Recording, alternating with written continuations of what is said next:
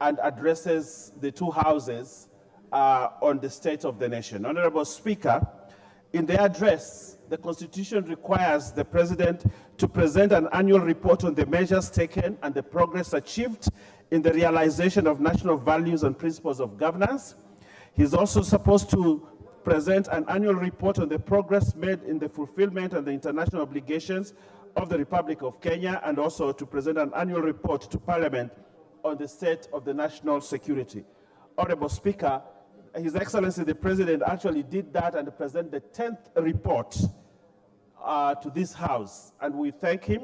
And in the debate, Honorable Speaker, which was delivered in 1.5 hours, the speech could not carry everything in those 1.5 hours, but I think the President did justice to the moment and actually delivered an address that gave confidence to the nation that it is on the steady path. Honorable Speaker, I know as I listened to the many honorable members contributing to this debate, there were the many issues of why didn't the President address this? Why didn't the speech include this? Why didn't the President talk about this? Definitely there are many things that the speech did not include, but I think the speech in itself is couched in such a way that there are certain things that the President has to state and to bring to the nation of the attention of the Assembly, because the Constitution says so. Honorable Speaker, in this State of the Nation address, as I listened to the members contribute, I think the thanks of the House were noted on several issues. One, that the nation is on the steady path of growth. Although there are many challenges that we are facing as a country, many economic issues that we are facing as a country, but again, members noted that progress is being made steadily and that we are moving to where we should be as a nation. Honorable Speaker, we note the progress the government has made, especially in the areas of agriculture, the areas of education, the areas of health, and the key sectors that need to be dealt with, and therefore the House noted all these things. Honorable Speaker, in the speech, and the members noted, and I also note that they are hopeful that the investments that we are making right now as a government that is delivered by the President are transformative issues that are going to lead, that both at the micro and the macro level, the fiscal and the monetary, and issues of social justice as progress towards better, the bottom-up program that the President and this government has put in. Honorable Speaker, we also noted the thanks of the House in the issues that the President raised, and many members here took note of the issues and progress that we've made in education, and particularly the issues of JCC, the issues of university funding, the issues of the curriculum-based issues. We have made tremendous progress. Members also noted that the President talked about the universal health and that we have made tremendous progress in those issues, and also the issues of housing, which the President talked about, and that we have made tremendous progress that is towards transforming this country.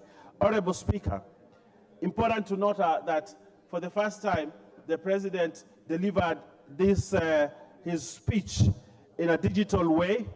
I know one of the members said he wasn't so sure whether the President was reading from somewhere or he was talking from off the cuff, but I want to tell him that the President used a teleprompter to deliver his speech, and he wasn't speaking off the cuff, and that not the President's investments actually in the issues of digital. Honorable Speaker, I also want to thank all the members that participated in this debate. I think it was robust. Members spoke their mind.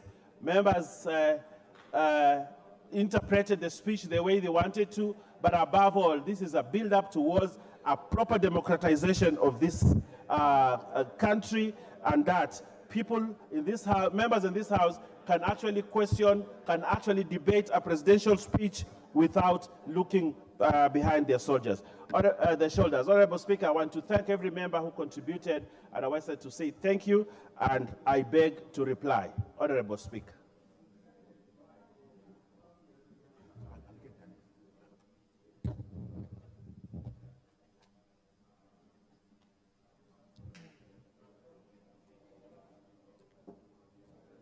Honorable members, may I put the question? No, there's no question to put, eh? Yes, you have noted. All right.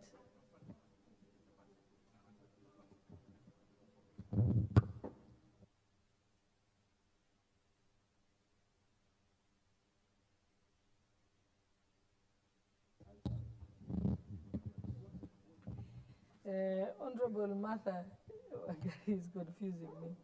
Honorable members, I now put the question that pursuant to the provisions of Standing Order 24.6, the thanks of this House be recorded for the exposition of the public policy contained in the address of His Excellency, the President, delivered in Parliament on Thursday, 9th November 2023, and further that this House notes the following report submitted by His Excellency, the President, in fulfillment of the provisions of Article 132, 1C, and Article 247 of the Constitution, laid on the table of the House on Tuesday, 14th November 2023.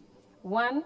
The 10th Annual Report on the measures taken and progress achieved in the realization of national values, principles, and principles of governance. 2. The 10th Annual Report on the progress made in fulfilling the international obligations of the Republic of Kenya. And 3. The annual report to Parliament on the state of national security. Will as many as of that opinion say aye? Aye. Will as many as of the contrary opinion say nay? The ayes have it. Next order.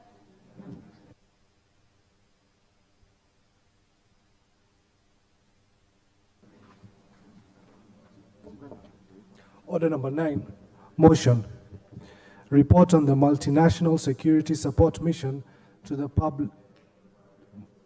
Report of the multinational security support mission to the Republic of Haiti.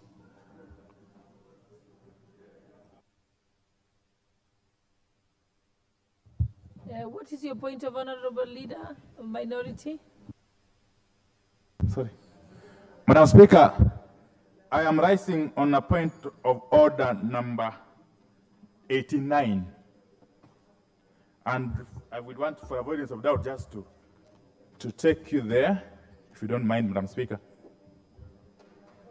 Madam Speaker, Standing Order 89 speaks to the issue of sub judice. And it is clear, Madam Speaker, that no member shall refer to any particular matter which is sub judice, or which, by the operation of any written law, is secret. Madam Speaker, a matter shall be considered to be sub judice when it refers to active criminal or civil proceedings, and the discussion of such matter is likely to prejudice its fair termination. Madam Speaker, I am aware, and indeed the whole country is aware, that the matter we are just about to embark on, the matter of the deployment of the Kenya Police to Haiti, is actively before court. Is actively before court. And the matter in court is case number E389/2023. This is the matter between Third Way Alliance Kenya and Miruri Waweru and one other versus Cabinet Secretary, Interior and Coordination of National Government, and the Speaker of the National Assembly, and 4 others. Madam Speaker, unless we are deviating from our norms, from the traditions, from the practice, and indeed from our own rules, as provided for under the standing orders, I submit that the House is not in its proper position, is not in its proper place to adjudicate or in any way, in any other way, deal with the matter before it under Order 9 on the order paper today, Madam Speaker. For the simple reason that the matter of the deployment of the Kenya Police to the Republic of Haiti is very, very actively before our own courts of law. Madam Speaker, I want to go further and report to you that indeed interim orders were issued on the same matter by none other than Justice E.C. Mwita. Justice E.C. Mwita on the 6th of October 2023, which orders have the effect of stopping the Republic of Kenya from attempting to take the Kenya police officers to the Republic of Haiti. Madam Speaker, I am aware, I'm further informed, and I've got no reason not to believe the information I've been given, that this order has since been extended indefinitely until the matter is heard and determined. Madam Speaker, the matter is scheduled for hearing and termination, Madam Speaker, in the next 3-4 days, and it's going to be heard in open court by physical appearance. So what am I saying in short? What am I saying in short? What I'm saying in short is that if we are a house that goes by the rule of law, if we are a house that abides by its own traditions, its own practices, its own rules, and indeed by the Constitution of the Republic of Kenya, we cannot proceed with the debate on this motion until this matter in court is heard and determined one way or the other, or until the orders, the interim orders, the interlocutory orders that were issued by Justice Mwita are either vacated or otherwise stood down, Madam Speaker. Madam Speaker, on that basis, therefore, I want to plead with you. I want to plead with you to exercise your jurisdiction, and wisdom to stand down the debate on this motion. I want to plead with you to stand down this motion. And as I conclude, Madam Speaker, let me ask you to allow me to table the court order that was issued by Justice Mwita on this matter on the 6th of October 2023. Madam Speaker, the good thing these days, court orders are online, are available online.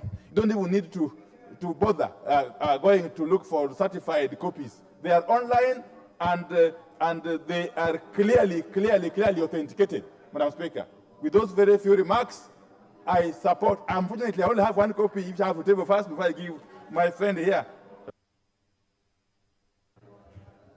Honorable Osoro.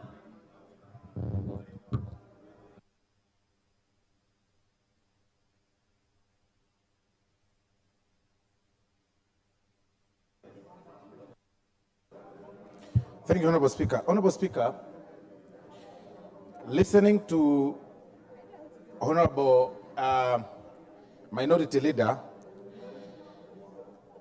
and I've taken note to the standing orders that is raised, and in particular, he raised the standing order number 89 on the element of sub judice. But Honorable Speaker, if consultations can be lower, Honorable Speaker, if people can consult in low tones kindly. Honorable members, this is an extremely important matter. If you want to consult, you may have to do it outside the chamber or consult in very low tones, kindly. Let's be mindful of proceed.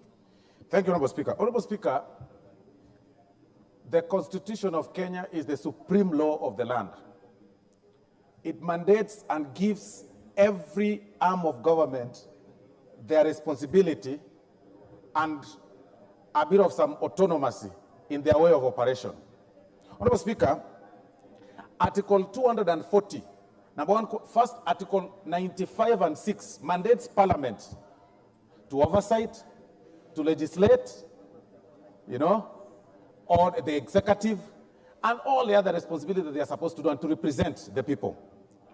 But Article 240, Honorable Speaker, gives us a sole responsibility upon the proposal by the National Security Council to agree to their proposal or decline. And that is the responsibility of the of the Parliament of Kenya. And in particular, Article 248, that the Council, with the approval of Parliament, may deploy national forces outside Kenya, regional or international peace support, or other support operations.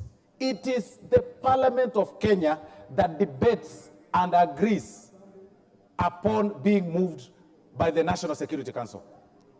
But if I restrict myself to Standing Order number 89 that Honorable Minority Leader said, it is important for us to know that that very particular standing order has got clause 4, which provides that a member alleging that a matter is sub judice shall provide evidence to show that paragraphs 2 and 3 are applicable. That paragraph 2 and 3 are applicable. Determining whether, what does 2 say? Determining whether a criminal or civil proceeding is active and shall apply whether it's a criminal proceeding shall be deemed to be active. A criminal proceeding, civil proceeding shall be deemed to be active when arrangements for hearing, such as setting down a case for trial, have been made until the proceedings are ending by judgment or the discontinuance. Or whether appellant proceedings, whether criminal or civil, shall be deemed to be active from the time when they are commenced by application. Honorable Speaker, we are not party to the criminal proceeding or civil proceeding that is in court. We are not litigants. We are not respondents as an independent house. Today, this morning, Honorable Minority Leader has provided a paper that has not been authenticated in this house. A standing order, Honorable Speaker of this house, was released yesterday. The Honorable Minority Leader had the entire time to present his evidence, bring it forth, have it authenticated, confirm whether it is indeed true the matter is in court, move this house yesterday before it was published in the standing order, Honorable Speaker. As far as I'm concerned, there is no evidence that has been provided by Honorable Minority Leader today, this morning, because we really can't authenticate. We are not very sure whether it is a paper from River Road, whether it's a paper that is printed. It is just a word by himself. It is his own words against ours. So, Honorable Speaker, we go back to the Constitution, which is the supreme law of the land. We are mandated to debate a matter that has been moved to us by the National Security Council, as provided for under Article 240, Honorable Speaker. So, Honorable Minority Leader, you are out of order. We debate, we agree, or we drop it. Thank you, Honorable Speaker. Majority Leader. I'll come to you, Honorable Otiende, member for Ariada. Thank you, Honorable Speaker. Honorable Speaker, it is indeed true what the Honorable Opio Wandai says, that there is a case in court, because it is a public domain. And everybody who follows what is going on in the courts would know there is a case in court. And I'm glad the purported paper that he has tabled, as my whip says, the last directive is that a conservatory order is hereby issued restraining the respondents from deploying police officers to Haiti or any other country until 24th October 2023. And I believe today is the 16th, if I'm not wrong, of November. He purports those orders to have been extended. I would first have wanted to see that particular extension, which has not been tabled. And therefore, this particular piece of paper seems to have lapsed. Number two, Honorable Speaker, for all I know, the matter in court did not in any way restrain or give orders against the National Assembly carrying out our constitutional mandates to debate and approve. Because the National Assembly or Parliament, in line with the Constitution, does not deploy officers. What we do is to consider such a motion for approval for the deployment of those officers. It is other agencies who then are restrained from deploying, not the National Assembly. Honorable Speaker, my third point is that the Honorable Opio has been here long enough, as long as I've been here. And he knows from the 11th Parliament, under Speaker Muturi, there is a retinue of precedents on what the courts can and cannot injunct Parliament from doing. And part of that, Honorable Speaker, is that the courts cannot injunct Parliament from doing what is constitutionally the Parliament's mandate. And the courts Honorable Speaker, and my good brother Opio knows it, because he has been here. And I know this is very good politics for those in the minority. But it is politics in the wrong theater. I would advise them to play it in the courts or in rallies, but not here, Honorable Speaker.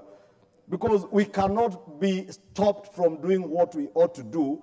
And the precedence that was set by Speaker Muturi is that the courts must wait for Parliament to do its work, then proceed after that. And Honorable Speaker, if you also look at our Standing Order 89.5, it says that notwithstanding this standing order on matters sub judice, as Honorable Pio says, because that is the article he referred to in sub judice, speaking about matters sub judice. And 89.5 says that notwithstanding this standing order that speaks about sub judice matters, the Speaker may allow reference to any matter before the House or a committee. Therefore, our own standing orders do not stop us from discussing matters, Honorable Speaker. You may allow people to even make reference without going into the facts that are being prosecuted before the courts, Honorable Speaker. Therefore, Honorable Speaker, I humbly submit before you, Honorable Speaker, that this matter and this motion is, one, rightly before the House. Two, there is absolutely nothing sub judice in the House debating and approving, if the House agrees with the motion, approving the deployment of our officers to Haiti. Honorable Speaker, a lot of work has gone into this this committee's work, and the Honorable Tongo from the report yesterday, members will be able to see, including extensive public participation. Part of the matters that are being argued are issues to do with whether or not there has been public participation. That is not a matter for us to determine here. Let us leave it to the courts. They will fight with those they are fighting with the courts. For us, let us carry out our constitutional mandate to consider what is before the House today without any reference to the particular facts of the case that is in court, Honorable Speaker. But lastly, I want to agree with Honorable Osoro that it behoves on the leader of minority not to table a piece of paper of a defunct court order, but he should also have tabled what he purports to have been an extension, because that is it is him who is purporting there was an extension. Nobody is aware, and the burden of proof was on him, not on anybody else. And he cannot refer us to online. He's telling it is online, anybody can Google. There are a lot of hackers online and fake news. Thank you, Honorable Speaker. Honorable Otiende, member for Rarieda. Thank you, Madam Speaker. Madam Speaker, I want to clearly support the point of order by the minority leader. And I really want us to address this as a house, not as a partisan house, because these matters have consequences in terms of precedence. First of all, Madam Speaker, Standing Order 89 is clear as read by Honorable Wandai, and 89.2 restricts discussion of active civil matters. It goes further in C to say that civil proceedings shall be deemed to be active when arrangements for hearings such as setting down a case for trial have been made until the proceedings are ended by judgment or discontinuance.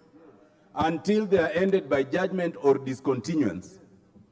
It is clear, Madam Speaker, that the case quoted, E389 of 23, is active, has been set down, it has not been ended by discontinuance or judgment.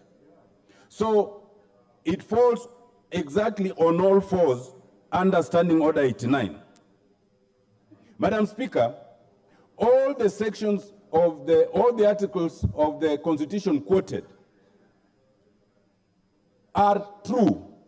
But despite those provisions, in our wisdom as a House, we established the standing orders and included Standing Order 89. If it were to be possible, that there are certain matters that we are willing to discuss despite them being sub judice, nothing would have been easier than to state it on the face of the standing orders.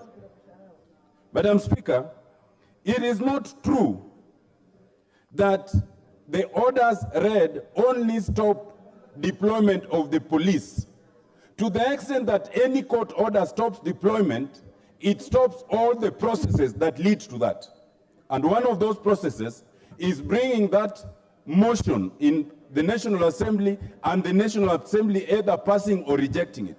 It means automatically that all these processes must be held in abeyance. Is it true, as Honorable Soro says, that we are not party to the proceedings? Yes, we may or we may not be. But whenever we learn of any matter that concerns us and we want to nip it in the bud or fast track it, we usually join the proceedings. So not being part of the proceedings is neither here nor there. Court orders such as this bind everyone, whether you are part of the proceedings or not. And Honorable Soro knows that because he's a lawyer.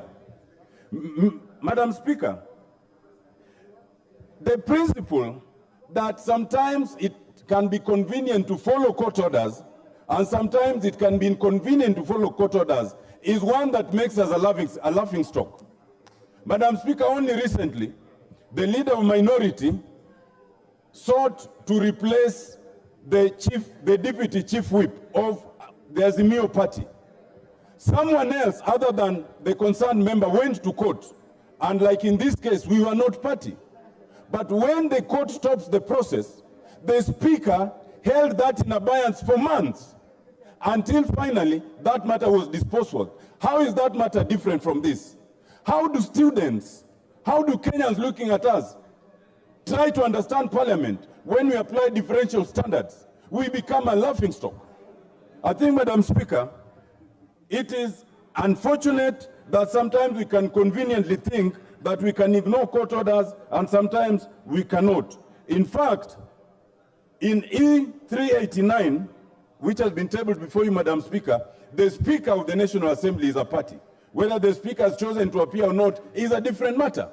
And it does not make the orders not see. Lastly, Madam Speaker, the leader of majority says that we can only see what is being brought before us.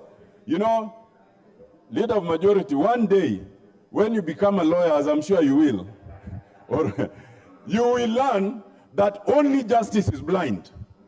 Justice is said to be blind, but any determinative authority must always take notice of what's happening aside.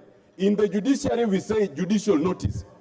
Even in this parliament, if today we are sitting here and we learn, even on your SMS, that something has happened, which is a national crisis, we will take parliamentary notice of it. You cannot say that you cannot take parliamentary notice of what's in public notoriety, and we know it. Madam Speaker, I think that to avoid this selective amnesia by my brothers and to maintain the dignity of this House, this debate should be held in abeyance.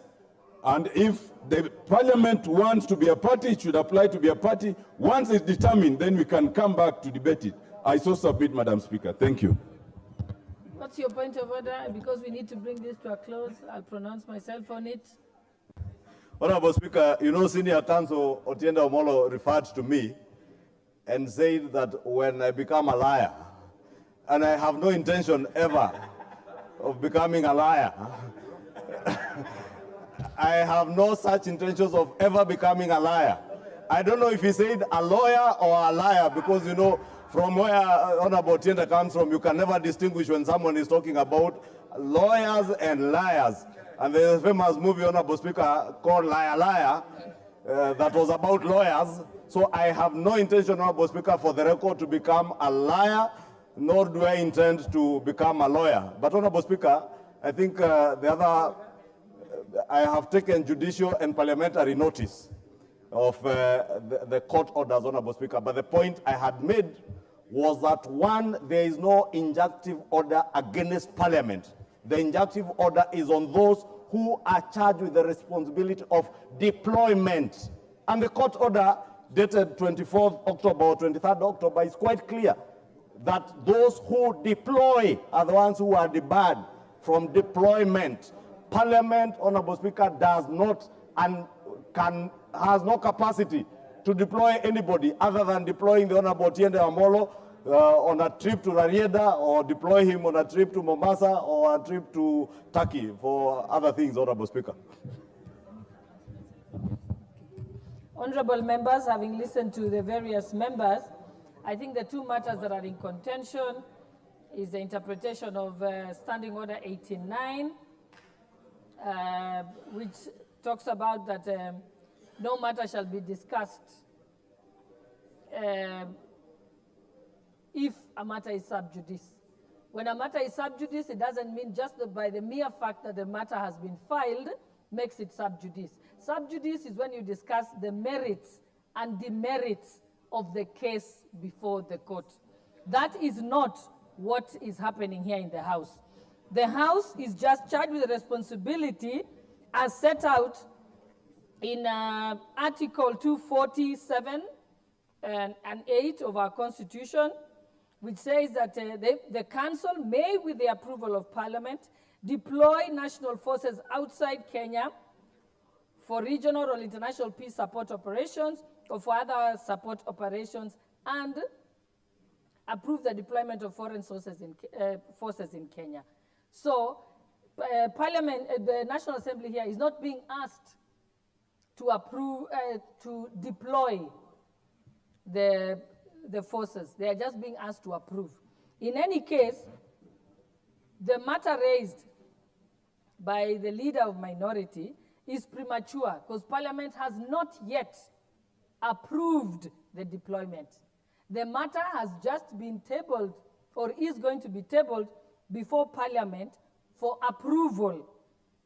Even then, never mind the fact that that court order has not been served upon the Speaker, and in order to authenticate service, usually the order has to be directed to the Speaker and the National Assembly, and it must be, and the service of that must be done. It must be authenticated, signed, and the name of the process server indicated. It cannot be a member of this House acting as a process server while the House is in plenary. And if the court order quoted by the leader of minority is to be believed, it says, as he read, that whatever authority has been restrained from deploying the police to Haiti. The National Assembly has no such power of deploying any foreign sources. All it has to do is to approve the request for deployment by the Security Council.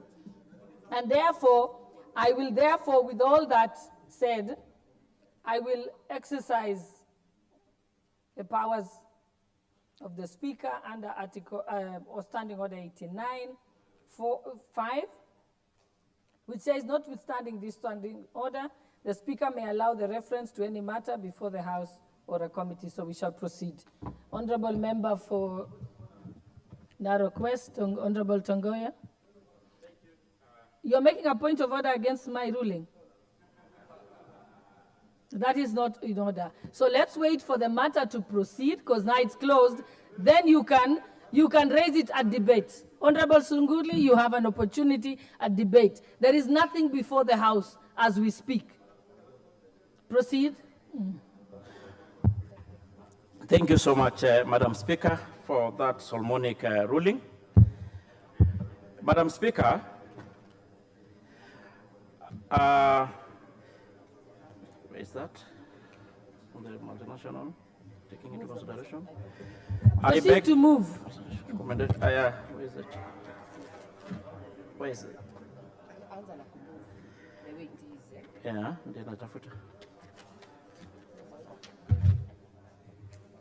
Sorry, number 9. Madam Speaker, I beg to move the motion on the report on the multinational security support mission to the Republic of Haiti, that taking into consideration the recommendation of the Joint Committee of the National Assembly Departmental Committee on Administration and Internal Security and the Senate Standing Committee on National Security, Defense, and Foreign Relations in its report on the request regarding the deployment of the officers of the National Police Service to the Multinational Security Support Mission to Haiti, laid on the table of the House on Wednesday, 15th November 2023, and pursuant to the provision of Article 248A, this House approves the deployment of officers of the National Police Service to the Multinational Security Support Mission to Haiti. You have a seconder? I ask Dido Raso to second.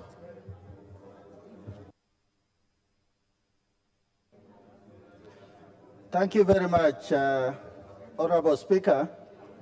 Honorable Speaker, I beg to second, and I want to associate myself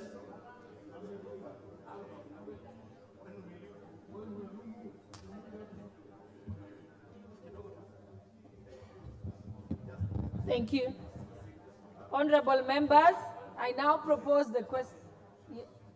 Let me propose the question, then I'll give you a chance.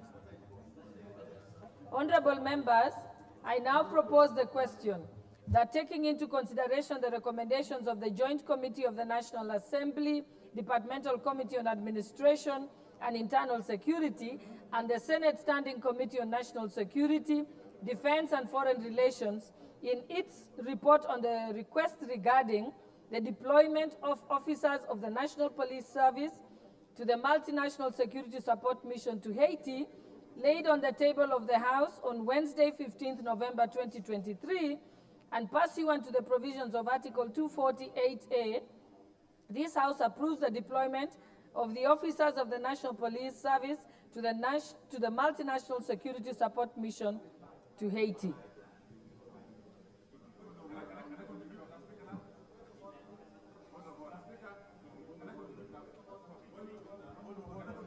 Yes, your point of order, Honorable Vandai. You want to contribute? Okay, Honorable Otiende, you have a point of order? Okay. Madam Speaker, And Sukulu, you can now give your point of order. Madam Speaker. If you have any, but let's wait for Honorable. Madam Speaker, thank you for your ruling. As we are guided by the House, we must accept whether we agree or not. But given your ruling, Madam Speaker, you have clearly guided that under Standing Order 89, what is to be avoided is discussing the merits or demerits of the matter in court. And I'm accordingly guided. Madam Speaker, looking at the report that has just been tabled as a motion, it contains matters that discuss merits and demerits. Could Madam Speaker guide us which part of the report, therefore, we can refer to as we are debating this particular motion? Thank you, Madam Speaker. Honorable Omola Otiende, you're a senior counsel, as senior as myself. You know very well that should we delve into the issue of the merits and demerits, then it is the court that shall reprimand us, not you. So you're not the sitting judge in this matter. Yeah, neither are you a counsel in the case. Thank you. Honorable Sunkuli, your point of order now is Speaker, mature today enough. you are not very kind to me, but I accept. Now, I'm asking, unfortunately, my point of order is more or less the same as Honorable Otiende's, but to put it in my different language, I personally respect your ruling. But could you give further guidance, Madam Speaker, on the merits of the case?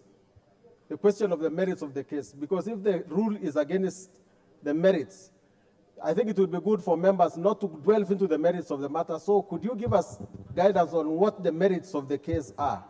Okay, Honorable Sunkuli, you missed an important part of my ruling. I said that this House has not been served with a court order, and therefore we cannot know what the order directed. When that comes, there shall be sufficient time to do that.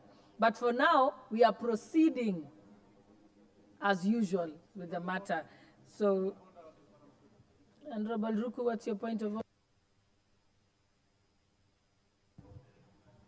Madam Speaker, I listened carefully to the chairman of Joint Committee on National Assembly, and I didn't hear him moving the motion. I don't know whether this motion is proper on the floor of the House or not. Thank you, Madam Speaker.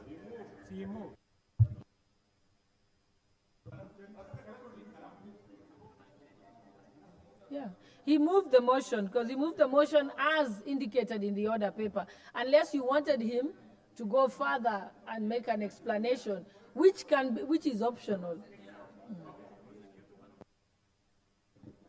Yes, Leader of Minority. Madam Speaker, thank you very much. And I wish to now contribute to this motion following your ruling and guidance. Madam Speaker, I want to start on the premise that the National Police Service does not fall within the ambit of what is provided for under Article 240, Sub-Article 8 of the Constitution. And I'll explain why. Madam Speaker. Madam Speaker, Article 240. Honorable Tongoya and Leader of Majority, I'm addressing very weighty issues that will require that people listen. Honorable members, if you may listen to me. Okay, Honorable Leader of Minority, start again because I didn't hear you. Yes. I was saying that Article 248, Article 240, Sub-Article 8,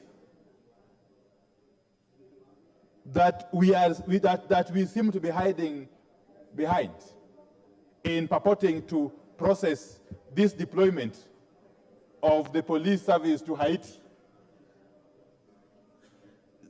simply talks about deployment of national forces outside Kenya. Outside Kenya. National forces. Madam Speaker,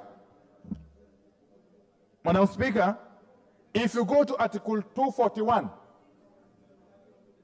Article 241 of the Constitution, you will find that there are established the Kenya Defense Forces. Article 241 of the Constitution provides for the establishment of the Kenya Defense Forces. And it goes further to list those forces as consisting of the Kenya Army, the Kenya Air Force, the Kenya Navy, and basically those three.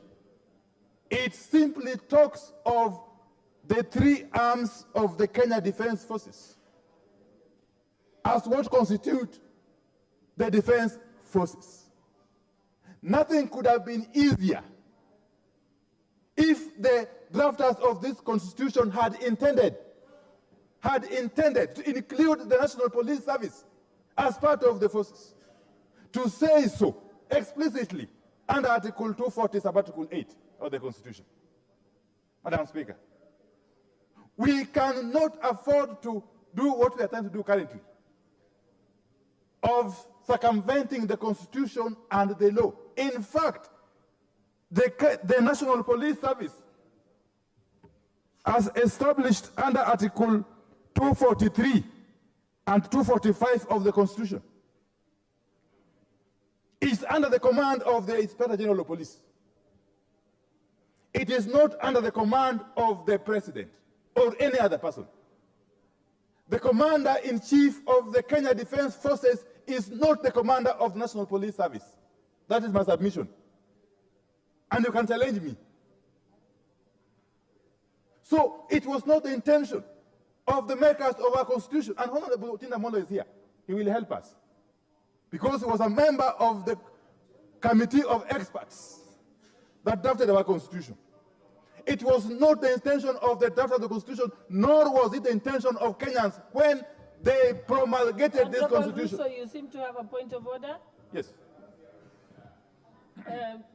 Okay, you'll come after Leader. Thank you, Honorable Speaker. You know, the Leader of Minority has asked us to challenge him. And Honorable Speaker, it's also good to state matters of fact in line with our standing orders. Honorable Speaker, the Leader of Minority is clearly misreading and misinterpreting the Constitution, because if you read Article 248 of the Constitution that provides that the National Security Council, with the approval of Parliament, which is the basis of this motion, Honorable Speaker, may deploy the national forces of Kenya for regional and international peace support operations or other support operations. Honorable Speaker, if you read Article 242, the Constitution of the Security Council, the Council consists of, amongst others, and I'll go straight to I, the Inspector General of the National Police Service. And therefore, you cannot argue that the National Security Council, or that is involved with the deployment of forces and request with the approval of Parliament, does not constitute the National Police Service. Because it is right there in the Constitution, Honorable Speaker, 242H, I, Honorable Speaker, including the National Intelligence Service, for that matter. So even if you were to deploy National Intelligence Service officers, that is part of the National Security Council. How I wish my colleague did not interrupt me. Because he has clearly not added any value to the debate. He has assisted you. Because if you look at the composition of the National Security Council, it also has civilians in it, including the Cabinet Secretary for Foreign Affairs. So are you saying Foreign Affairs staff are members of the Defense Forces? Are you saying we can deploy Foreign Affairs staffers, Ministry of Foreign Affairs staffers to Haiti to maintain security? It doesn't add, it doesn't follow. It doesn't matter who is a member of the National Security Council. What is important is what constitutes a point of order. I'll still give you time, don't worry. You have sufficient time, and we shall add you a minute or so for the interruption. Honorable Russo? Thank you very much, Honorable Speaker. Honorable Speaker, I stand under Standing Order number 91. I think from the floor of this House, the leader of minority should not mislead the nation and this House. For him to stand there and purport that the president is not the commander of the National Police Service, then the word commander-in-chief simply means that all those who are armed, whether the Kenya Defense Forces, the National Police Service, the Prison Service, actually come under the President of the Republic of Kenya. That is what he has been given, or she, by the Constitution. Honorable Speaker, it is okay for the leader of minority to make a statement, but let him not be allowed to mislead the House and the nation. Thank you. Proceed. Now you have been properly guided. Anyway, you know, in this world, wonders will never cease. You know, the Constitution is so clear. I don't want to belabor the point, really, because I think even my colleagues on the other side are clearly agreeing with me, even though they may not say so loudly. The Constitution is so clear. But that aside, having addressed myself to the unconstitutionality of this move, I want now go to the merit. Even assuming that Kenya, that this House could actually approve the National Police Service to go to Haiti. If you go to National Police Service Act, the National Police Service Act, Section 108, Section 108 of the National Police Service Act, where in certain special circumstances,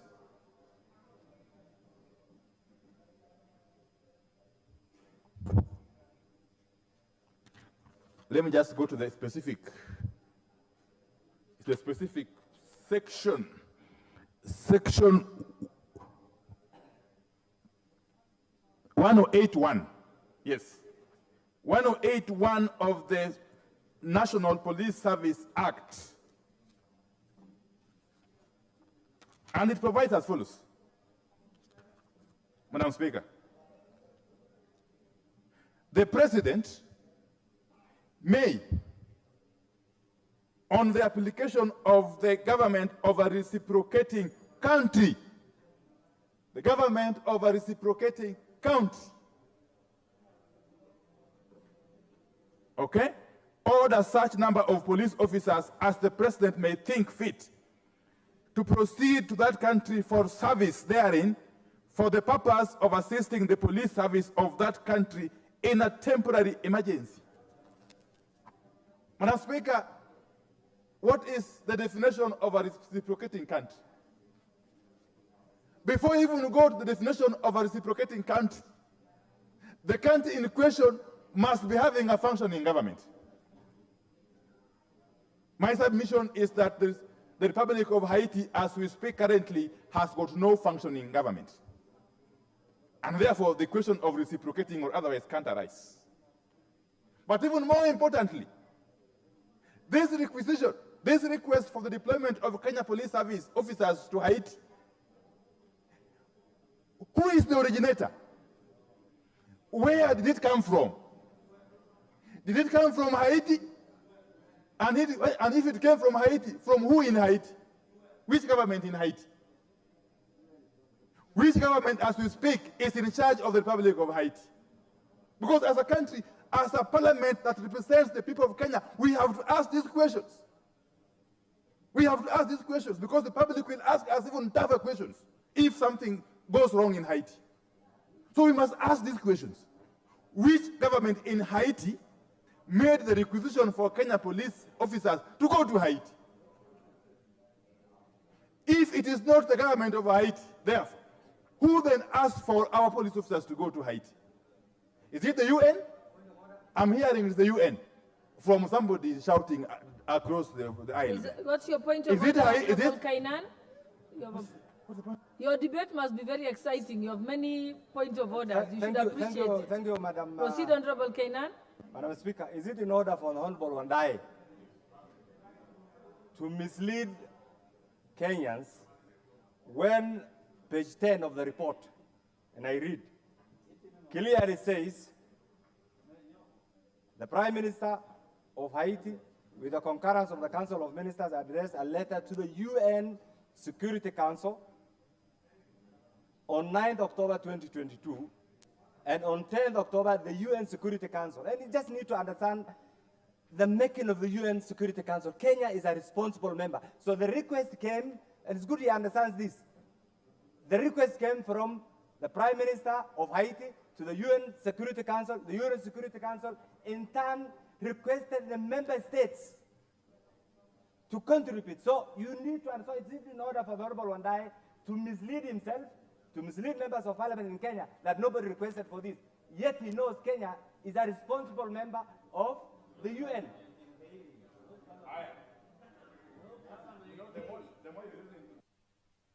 The more you listen to these colleagues of mine,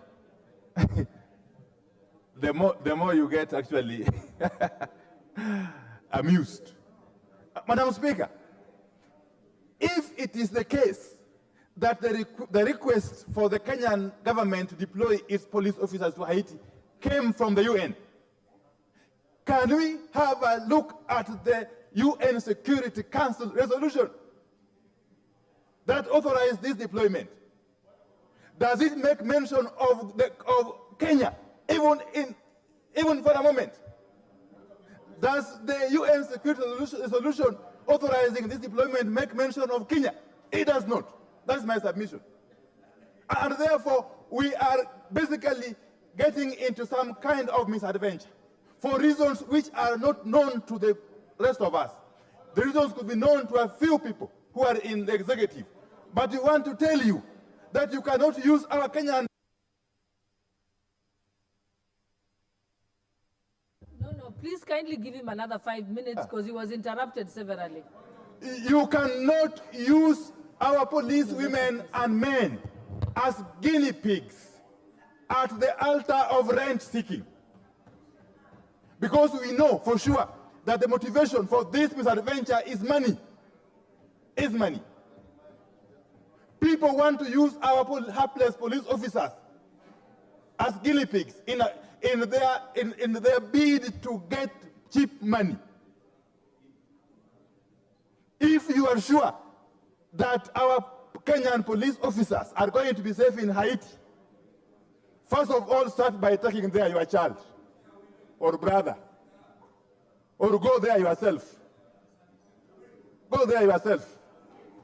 And then they tell us, Madam Speaker, that you see, oh, the reason why Kenyan is leading this mission is because Kenyan people have got the same skin complexion as the Haitians. Are Kenyans the only black people in this part of the world? Are we short of black people in that part of the world? If you go to the Caribbeans, the whole of South America, indeed even some parts of North America, don't we have black people? Are we the only black people in this world, us and Haitians? What kind of nonsense is this? Very parliamentary. Because you cannot lead us to indulge in an illegality at the altar of rent seeking. And therefore, with those very many remarks, and to allow my colleagues to equally contribute, I reject in toto. This means this ill-advised motion. This very ill-advised motion, I reject it in toto. And I want to appeal to my colleagues from both sides of the political divide to equally reject this motion, if only to save our country and the future of our children and our grandchildren. Thank you, Madam Speaker. I oppose. Dion, you have a point of order? Oh, yes, proceed. Thank you, Honorable Speaker. Honorable Speaker, I rise to support this motion for the deployment of our National Police Service officers to Haiti to restore order. Honorable Speaker, allow me first to begin by... Honorable Nyikal, what is your point of order? Madam Speaker, my point of order is we have the body of we have the report, but in this report we do not have annexures. So we can't make references even to what people are saying, and the report as a whole has not been available. Is it possible to get those annexures so that we have a full report? And actually, the full report, this is an important debate, so we should have the full report as we discuss. Is it possible? Thank you. I direct that the clerk's desk ensures that you immediately get some copies to come within the House. You'll receive them in a few minutes. Honorable Nyikal, proceed, Leader of Majority. Thank you, Honorable Speaker. I had hoped you direct the Honorable Nyikal to the table room, up here, room 8, because there are adequate copies with annexures, and I have a report that was tabled with annexures. So if his PA photocopied without the annexures, you can ask them to download online. Honorable Speaker, I had said that I was rising to support this motion. Honorable Speaker, allow me to first disabuse a lot of misinformation that has been given by our colleague and my good friend, the Honorable Opiyo Wandayi. And I heard him, Honorable Speaker, say that the UN Security Council resolution 2699 of 2023, that it does not even mention Kenya anywhere. And I'll draw him to page 23, actually the third page of the UN Security Council, and he will notice that taking note of the call made by the government of Kenya on September 21st, 2023, urging the United Nations to urgently deliver an appropriate framework to facilitate the deployment of a multinational security support as part of a holistic response to Haiti's challenges, calling in the Security Council. Therefore, and the whole document is replete with a mention of Kenya, even the Kenyan delegation that visited Haiti to assess the situation in Haiti and report back to the Security Council, Honorable Speaker. Therefore, Honorable Speaker, let me first disabuse that notion that the UN Security Council did not take cognizance of the role being taken by Kenya. Two, Honorable Speaker, is to note, and I think the Leader of Minority had not read the committee's report that was tabled yesterday, because yesterday I was with the Leader of Minority in somewhere in Stony Athi, deliberating on other matters of national importance, like the cost of living, Honorable Speaker. And therefore, he may have missed the tabling of the report, and because the report here, I will again share this report with the Leader of Minority, because Kenya is deploying our officers as part of this MSS team, the Multinational Security Support Mission. And Honorable Speaker, other countries, if you just go to the report, and I just want to be very brief and draw reference to the report, that the Kenya is to lead the nation, is a lead nation for the MSS mission to Haiti, which includes, because the leader of minority was asking emotionally, are we the only Africans? Are we only black people? Us and Haiti. And this report that is before, I'm sure it is there in his office even, because his PA is a very diligent officer, says this mission includes Senegal. Senegalese are Africans. They are black people, like you and me. Burundi. Burundians are Bantus, like myself and you, although you are half Nilot, half Bantu.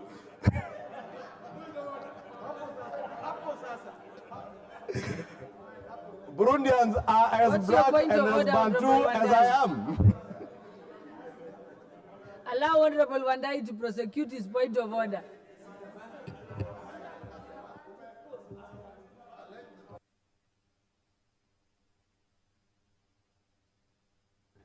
Give on. Madam Speaker, I just want to ask you if it is in order for the Honorable Majority Leader to turn this debate into a debate on the person of the Leader of Minority. And more importantly, to attempt to classify me as a Bantu come Nilot. How does that come in, Madam Speaker, in this debate? Huh? Madam Speaker, please protect me from the Leader of Majority. Protect me. Leader of Majority, I'll let you respond. Honorable Speaker, you know the Honorable Pio and I, besides being my colleague on the other side, is also my friend. And he knows I know Ugunja, I know the county of Siaya, and I know the intermarriages between the great people of the Luopin nation and those of the house of Mulembe, who are Bantus. And there are facts that are undeniable, and the member for Ugunja knows. Honorable Speaker, protect the Honorable Minority Leader from those who are now claiming that he's their cousin.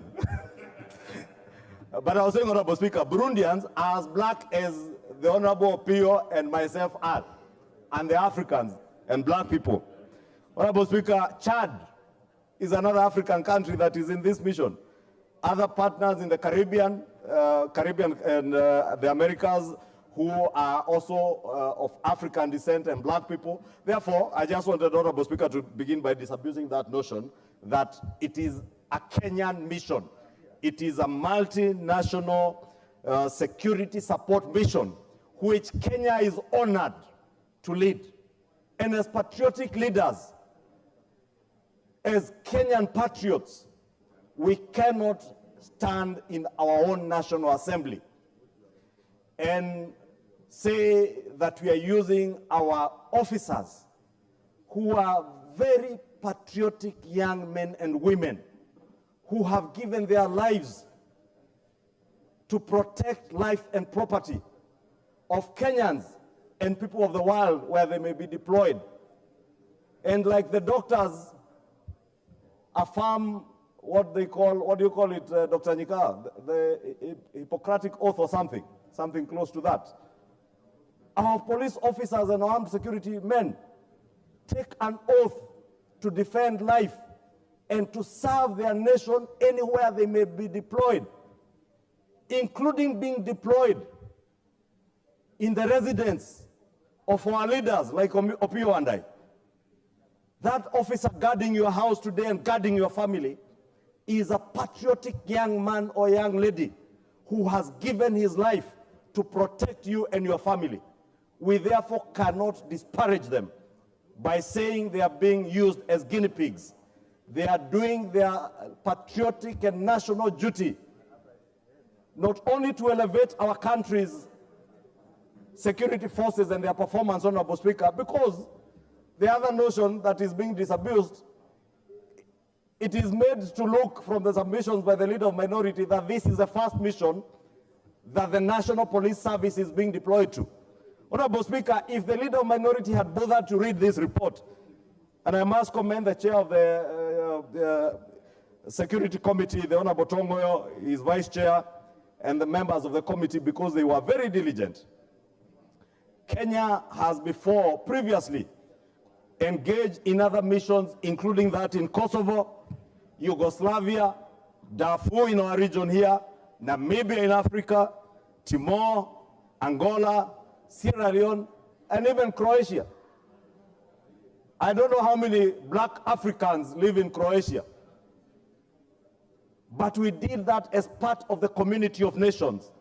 And the deployment, Honorable Speaker, the proposed deployment that we are being asked to approve is anchored on our responsibilities, or the responsibility of Kenya as a UN member state and as part of that global community of nations. Honorable, historically, Kenya has been a leading participant in providing solutions to global security challenges. We indeed, as leaders, should feel honored as a country that our country has been called up by the UN Security Council and other nations of the world to serve in restoring security and restoring the dignity of other human beings, whether they are black people or not. And that's why I said Croatians are not black people. They are not Africans. But we have participated in missions to secure their country, to make it and restore the dignity of the people of Croatia and other areas, including other African countries, Honorable Speaker. Honorable Speaker, the other issue that has been raised, Honorable Speaker, which I would want to respond to, is the National Police Service part of our national security organs, Honorable Speaker? And Honorable Speaker, if you read Article 239, because it is one thing, Honorable Speaker, for the Honorable Pio and I being a lawyer, and I'm not a lawyer, Honorable Speaker, and I have asserted I am not a lawyer, and I have no desire of. Allow the majority leader another 3 minutes to finish. Honorable Speaker, I was saying I have no desire of ever becoming a liar.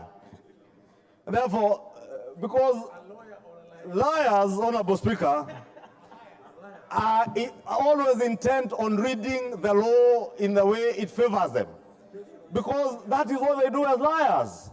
Therefore, Honorable Speaker, because I'm not a liar, Honorable Speaker, I read the Constitution as an accountant who is able to read good English, interprets the Constitution as it is. Article 239 is not read in...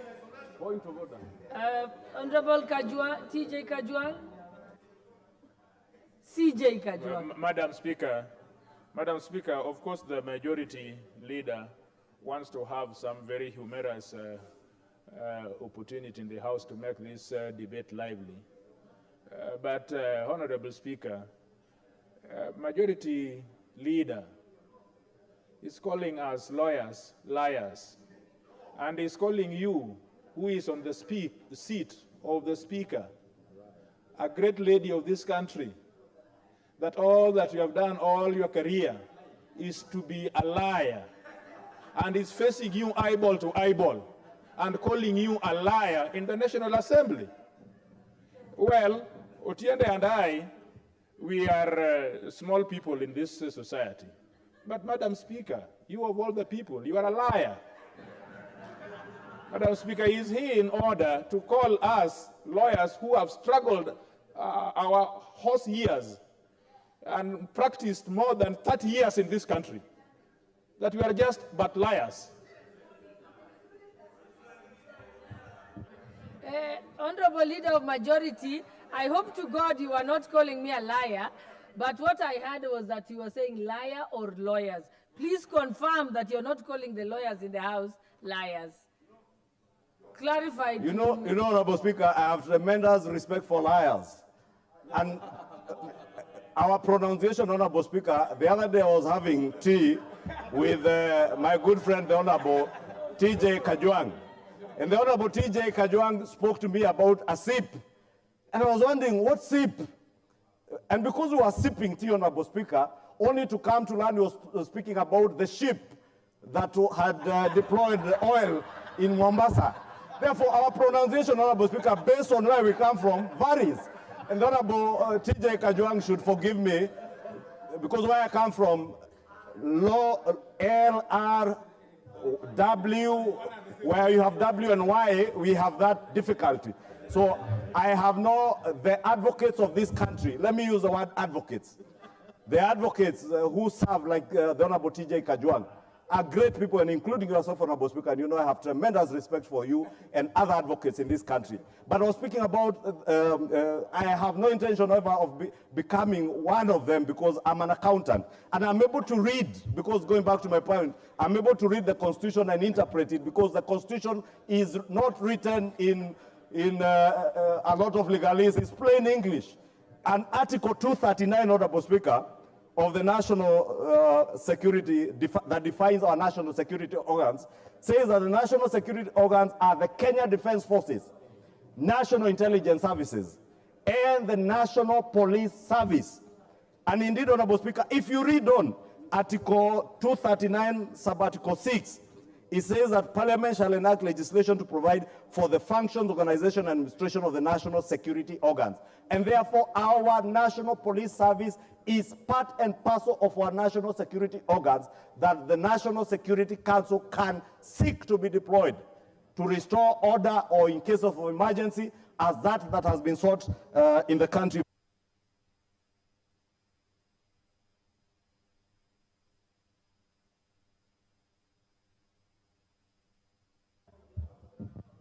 The Honorable Member for Kisumu West, Honorable Rosa Buyu. Honorable Speaker, thank you for this opportunity. From the onset, I'd like to say that I'm a member of the committee that has presented this motion. Madam Speaker, unfortunately, in the final stages, when this report was being written, I had to dash to my constituency and therefore was not able to be present to append my signature as a dissenting voice to this report. Madam Speaker, I'm not an advocate and I'm not a lawyer, but I stand here to speak as a citizen of this country.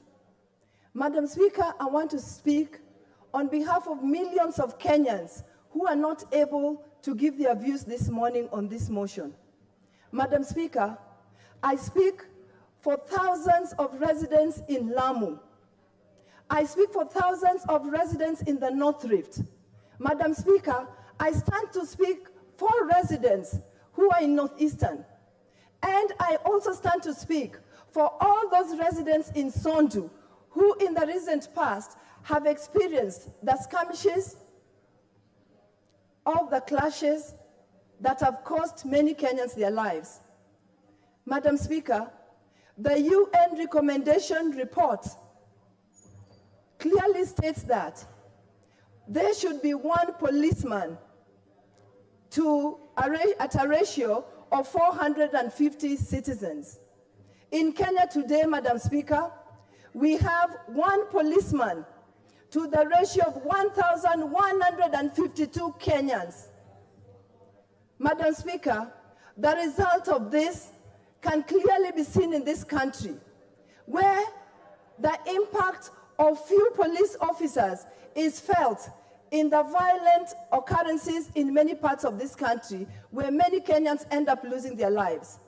Madam Speaker, we've been told that security does not lie in the numbers of security officers. That might be true, but Madam Speaker, you can only train and make good quality of numbers that you have. Madam Speaker, we know that charity begins at home.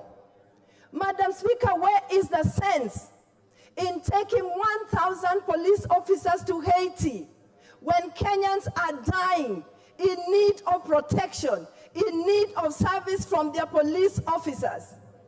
Madam Speaker, the government or the head of the government took an oath to protect the lives of its citizens. Madam Speaker, you don't protect the lives of your citizens by taking police officers who are supposed to protect them away from them to a land called Haiti. You can only protect their lives by enhancing the numbers and enhancing the security amongst your citizens. Madam Speaker, we've also been told in this report, and we've heard from the leader of majority, that Kenya owes it to the international community, which we are part of. Madam Speaker, if you cannot contain and protect lives of your people, surely where do you have the guts to take away to protect lives of people in Haiti? Madam Speaker, we've been told that Haiti is a land of gangs where no president can sit pretty, because so far, 4 presidents have been beheaded and murdered, and the gangs maraud the whole land of Haiti. Madam Speaker, I want to agree with our leader of minority that in taking these 1,000 officers to Haiti, we are actually doing nothing but sending them there as sacrificial lamb. Because in a country that's ruled by gangs, in a country where there's no law and order, in a country where there's no respect for human life, why, Madam Speaker, give me one reason why we take 1,000 of our officers into that land. Madam Speaker, I stand here to register my dissent and opposition Let's hear the point to of this order. I'll give project you a of minute. taking our members to... Mike, Honorable Speaker, I'm sorry I'll to give you a disrupt my minute, sister. Honorable Buyu, to finish. Honorable Proceed. Speaker, I was rising on standing order 106 on irrelevance and repetition because I have listened to the Honorable Rosa Buyu continuously repeat herself on issues to do with Sondu. And when I looked at the motion before the House, Honorable Speaker, at least towards the end as she was completing, she was speaking about Haiti because the debate was on the deployment to Haiti.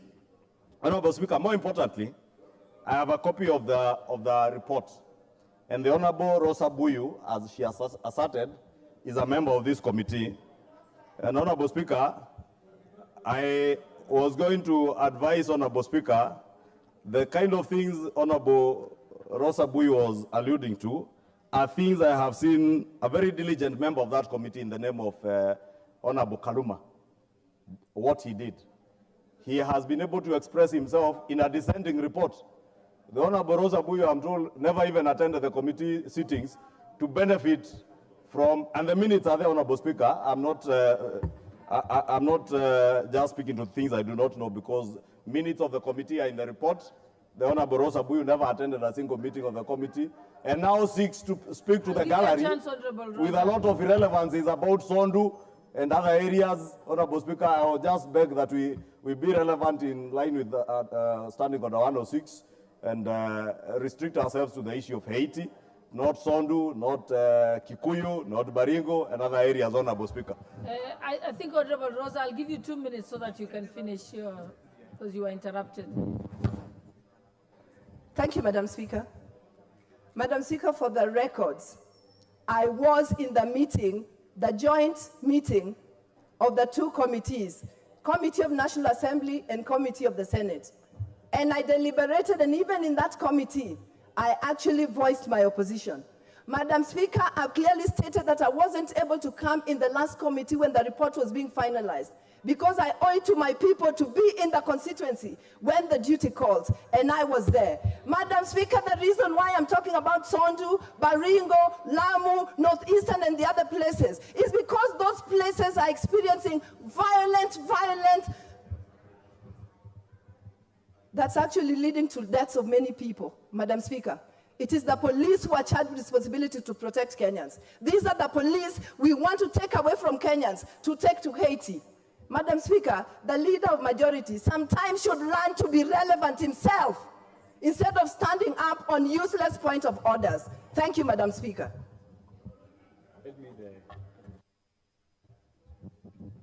Honorable TJ, your point of order.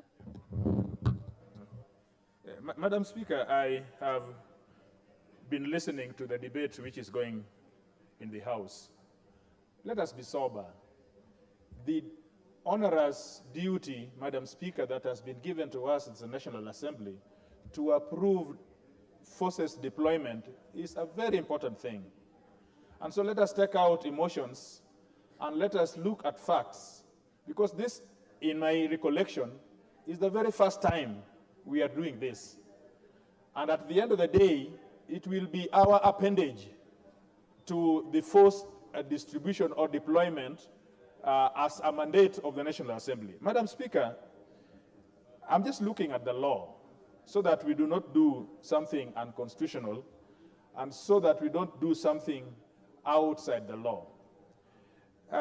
Section 108 of the Police Service Act states that the President may, on the application of the government of a reciprocating country and so on. I have looked at the functions.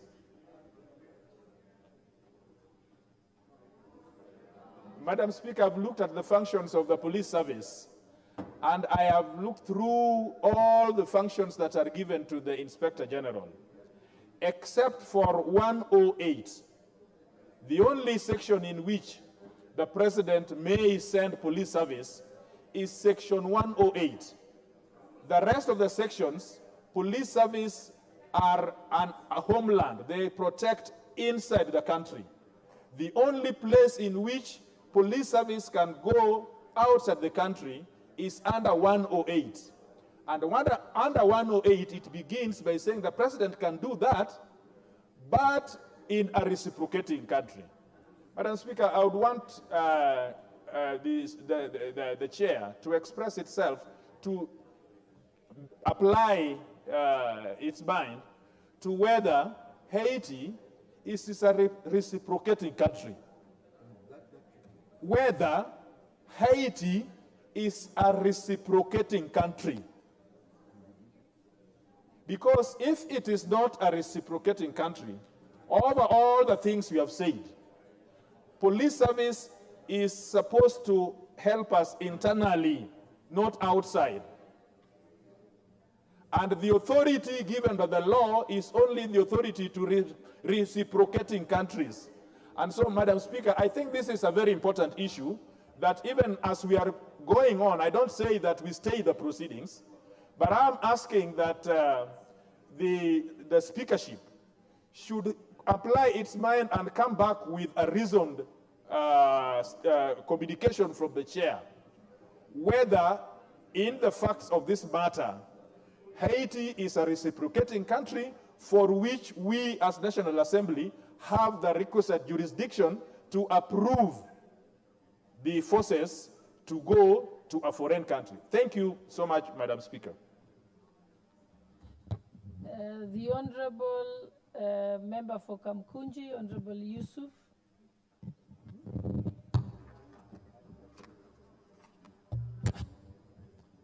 Thank you, Madam Speaker. I stand to support this resolution, and I do so as a former member of the United Nations and full respect for the UN Charter and our role as a member of the international community. In fact, Madam Speaker, the Haiti government had requested the United Nations Security Council to help the stabilization of that country, on whose security situation is in dire straits at the moment. The situation in Haiti is grim. Law and order has collapsed, and the people of Haiti and the government of Haiti need support. And as a result of that, the UN Security Council passed a resolution. This is a resolution which was passed on the 2nd of October 2023, which approved the deployment of UN troops and UN police to stabilize the situation in Haiti. And every UN resolution has, which deploys peacekeeping, has a police component. Under Chapter 6 or Chapter 7 of the UN Charter, the UN has the powers to deploy peacekeeping forces, peace enforcement forces, and that includes a police component, which in this particular case, the Republic of Kenya has been asked, and at the request of the Haitian government, and at the request of the United Nations. We are now obliged to deploy a police force to Haiti. We are not an island, Madam Speaker. We don't live in an isolated world. We are part of the international community. And Haiti is not an isolated country for us. Haitians are of African descent. And Kenya, as a member of the African Union, fully supports not only the 55 African countries that are members of the African Union and also members of the United Nations, but all the countries with people of African descent, which includes the entire Caribbean nations, Brazil, and many other countries. And with the history of Haiti as it is, we've had a major interaction with the people and the leadership of Haiti over the years. From 1945, if you remember, when the Pan-African Conference was held in Manchester in the UK, the 5th Pan-African Conference, Jomo Kenyatta, who became our president, attended that. We also had a Haitian delegation. We had a large number of Caribbean delegation, including CLR James, William Dubois. So we have always been part of the Pan-African movement, of which at Haiti, as an important country, is an integral part. We are not, this is not the first time we're deploying internationally, Madam Speaker. There's a lot of commotion here. Can you, Honorable Speaker, we cannot engage in a proper debate. we are having serious disruption from Korea here. I can. A very important member. Madam Speaker. Honorable Caroli, please do not address the member. You can only address the House through the chair. Okay, proceed, Honorable. Madam Speaker, for the information of this House, this is not the first time Kenya has deployed internationally in peacekeeping operations. We have deployed more than 15 times. I personally remember serving in a number of peacekeeping missions. We deployed in East Timor.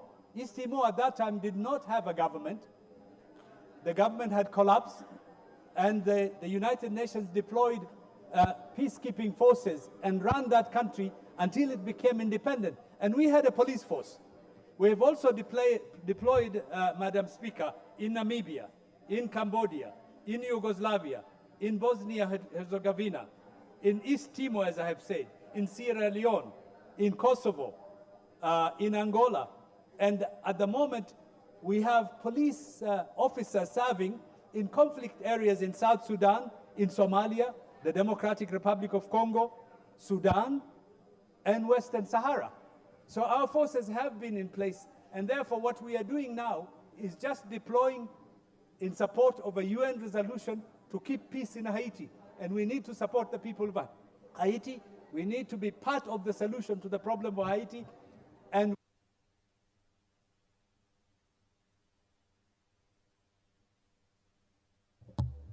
the Honorable Sarah Korere.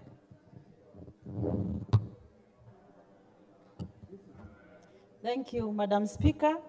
Madam Speaker, I also rise to support the motion. And indeed, Madam Speaker, this motion is properly before this House.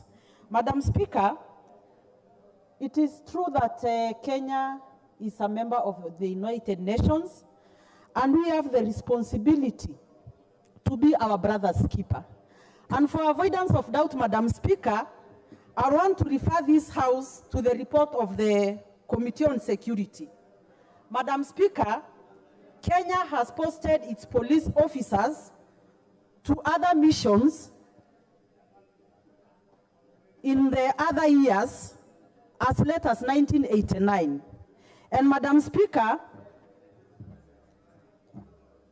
in 1989 to 1990, Kenya deployed its officers to Namibia, and we sent 30 officers to Namibia. In 1992 to 1993, Kenya sent its officers to Cambodia, 20 of them. In 1992 to 1995, police officers were sent to the former Yugoslavia, 50 officers were sent there.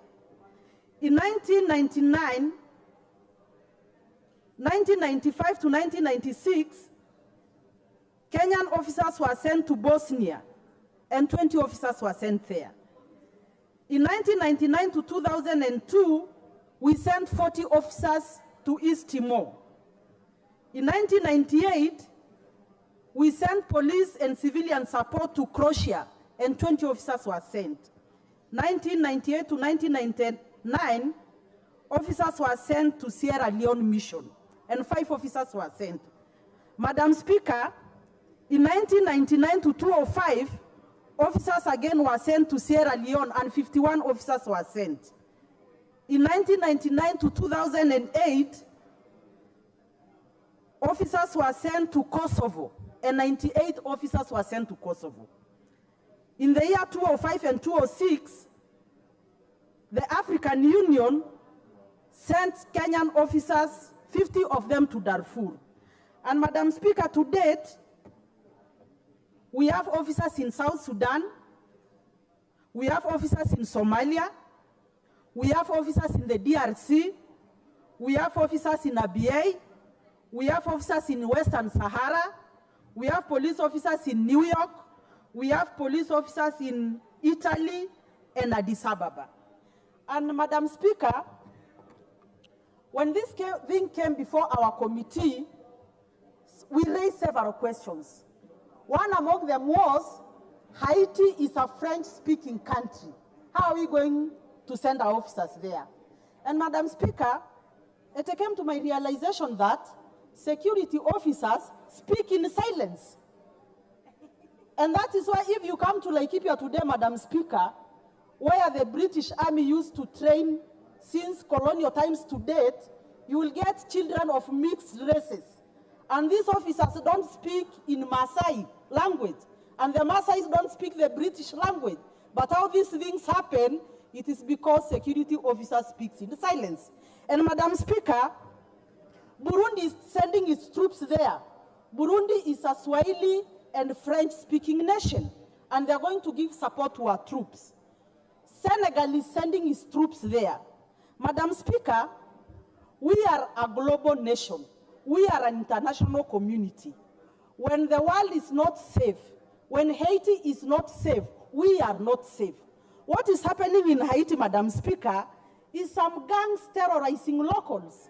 Women are raped, children are kicked out of their houses, and what our police is going to do is to give support to the Haitian police to train them, to secure critical infrastructure. And Madam Speaker, if a woman in Haiti is not saved, I'm not saving Kenya. So Madam Speaker, I want to support, and again, I want to refer this House to the Constitution,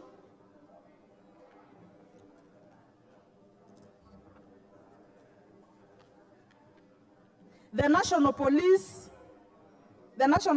Act, Section 1081. And Madam Speaker, unless we are speaking in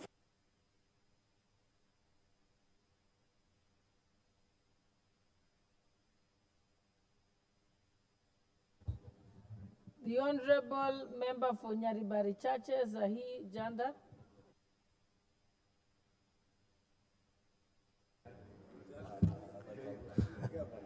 Thank you, Madam Speaker. Madam Speaker, I rise to support the Haiti motion because, Madam Speaker, we are a global community of nations, and it is absolutely essential for Kenya, together with other multinationals, to help Haiti. It is a matter of humanitarian consideration to help offer support to our brothers and sisters in Haiti. Madam Speaker, the sole aim is to help usher in stability, development, and democratic governance through a political framework owned and driven by the people of Haiti. Madam Speaker, it was through a request by the UN Security Council of the deployment of multinational security missions to Haiti. Kenya, Madam Speaker, will help to reinforce Haiti National Police Force. Madam Speaker, I fully support the deployment of Kenyan Police Force. Madam Speaker, you are aware that we have forces in the DRC and other African countries, and you can see what our troops have done in Congo. So I stand to support. Thank you, Madam Speaker. The The Honorable Karoli Omondi. Thank you very much, Madam Speaker. I begin by first noting that there exists a proper legal framework for the deployment of our police servicemen and women overseas, and that is under Article 107 and 108 of the National Police Service Act. I think that matter rests there. Though I would urge that proper gazette notices be issued by the executive to give effect to those provisions. Madam Speaker, the seeds of the current turmoil in Haiti commenced with the arrival of Christopher Columbus in the New World. And if you've had the privilege of reading the book by C.L.R. James, The Black Jacobins, who was a teacher of my friend who has just left here, the member for Kamkunji. He begins by saying, Christopher Columbus landed in the New World, and after praising God, urgently inquired for gold. In other words, it was an expedition of exploitation.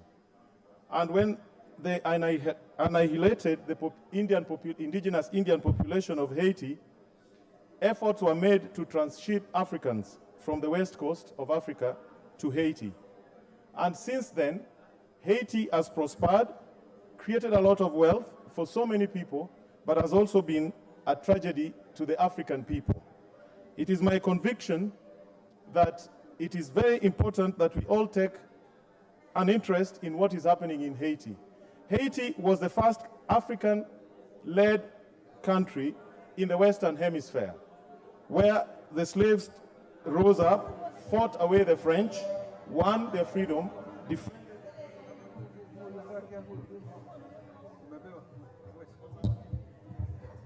The Honorable Member for Belgut. The member for Belgut is not there. The Honorable Member for Tindiret. Your time is up. Thank you. Is it me or? Let's give the Honorable Chair now that he has arrived.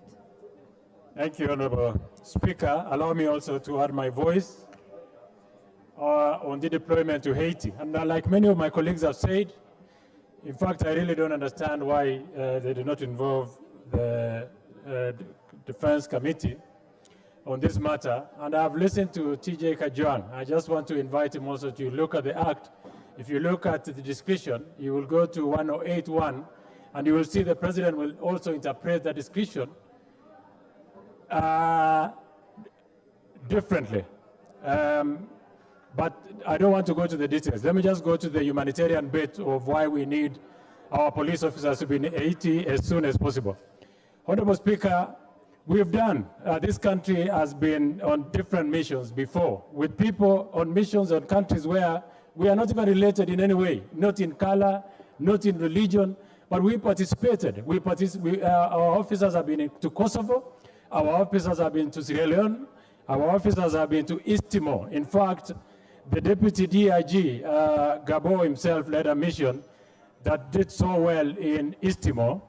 And it is part of the reasons why we must deploy our officers to Haiti. Kenya in 2018 was recognized, and 28 officers by the United Nations and promoted. In fact, the United Nations took one of the officers, the Chief Inspector of Police, Kerubo, and retained her in the UN because of the deployment that had been done to Southern Sudan and the work that they did in Southern Sudan, and in recognition for their distinguished service in Southern Sudan in trying to restore peace in that country.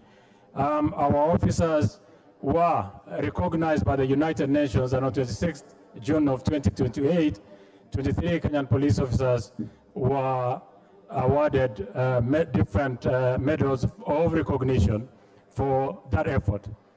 Honorable Speaker, our foreign policy is hinged on 5 pillars. There is peace diplomacy, economic diplomacy, environmental diplomacy, cultural diplomacy, and diaspora diplomacy. This country must continuously be the anchor of peace that it is. We must continuously engage in making sure that the regions that we've been asked or deployed, we as a country are able to participate in restoring peace.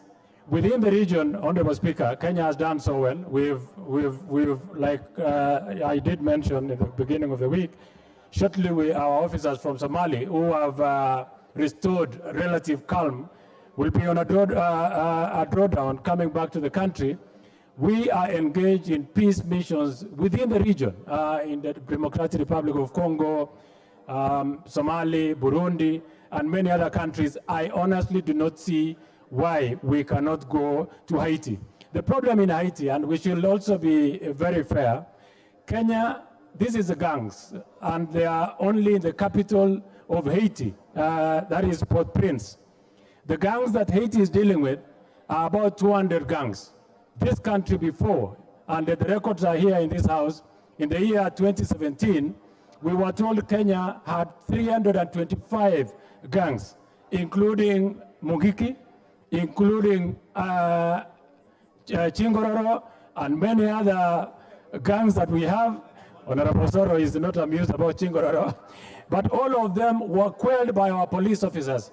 Honorable Speaker, I want to submit that our officers are able, and there is no reason why we should not deploy our officers to Haiti. Honorable Speaker, I support. The Honorable Member for Lari, Honorable Joseph Kahangera.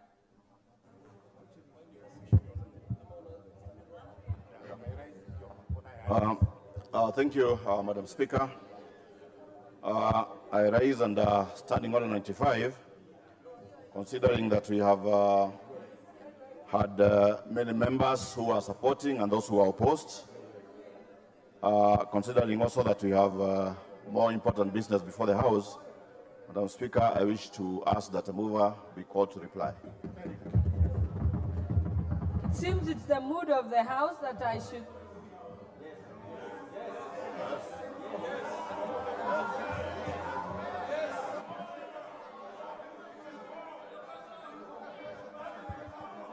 Mover will reply.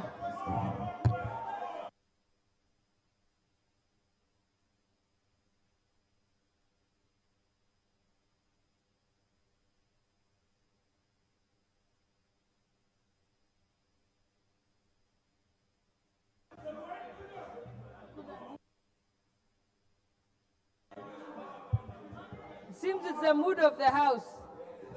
I should put the question. Honorable members, I now...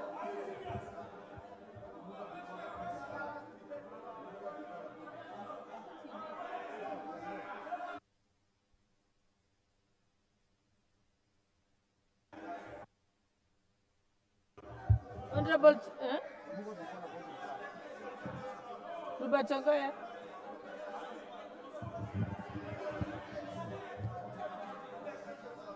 Honorable members, it's hard to decide, so we'll proceed with this first. Honorable members, I now put the question that taking into account the consideration and the recommendations of the Joint Committee of the National Assembly, Departmental Committee on Administration and Internal Security,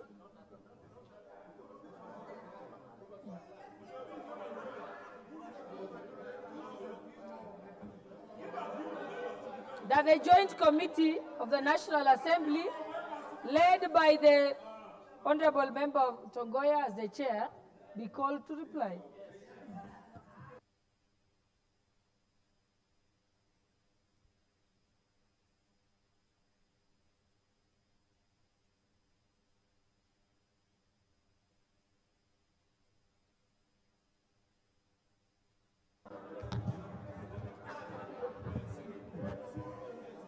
Honorable members, I now put the question that taking into consideration,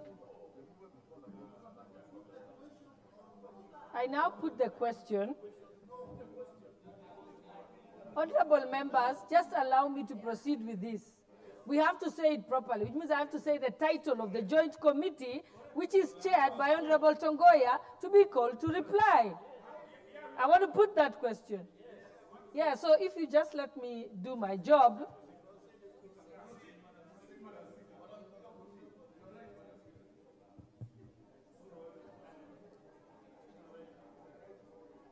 Honorable members, because there is a dispute as to whether we should put whether the mover should reply or not. Isn't that the question before the House? So I want to ask, yes, I want to ask whether the House is in agreement. You will have an opportunity to decide as the House whether the mover should be called to reply or not. Okay, honorable member, when you finish making your altercation.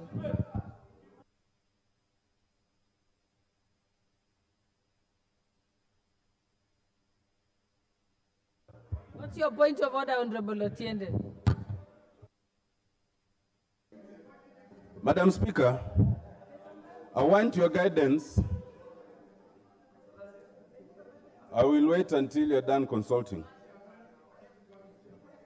Madam Speaker, I wish to get your guidance on a fundamental matter, and that is the fact that this being a house of debate, usually the minority will have their say and the majority will have their way. Madam Speaker, I want to bring to your attention that it may not be easy for you to determine who is the majority and who is the minority. But it is clear that in the course of this very short debate, it is the majority who have had the greatest contribution in the following manner. The Honorable Yusuf came to the minority side and is clearly of the majority side. The Honorable Korere came to the minority side, is clearly of the majority side, with the result that being minority, we are not even, I'm on a point of order, Mr. Majority Leader, I'm on a point of order. You can't be on a point of order Honorable So Otiende, all I wanted, your guidance is this.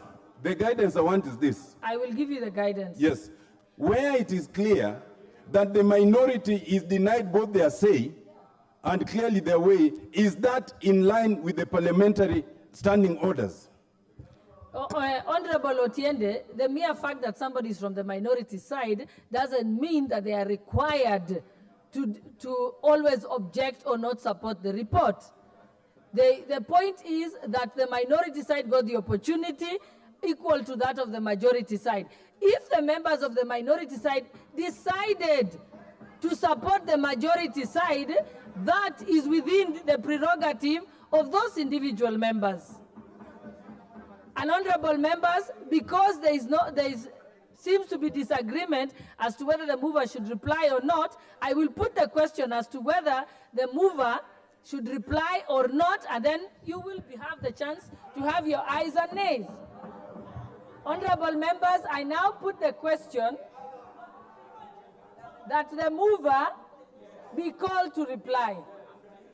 Will as many as of that opinion say aye?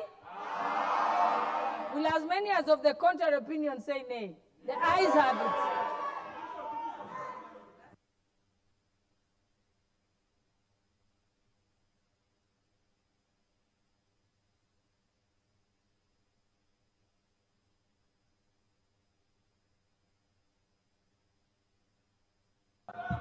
You have insufficient numbers. You don't have sufficient numbers.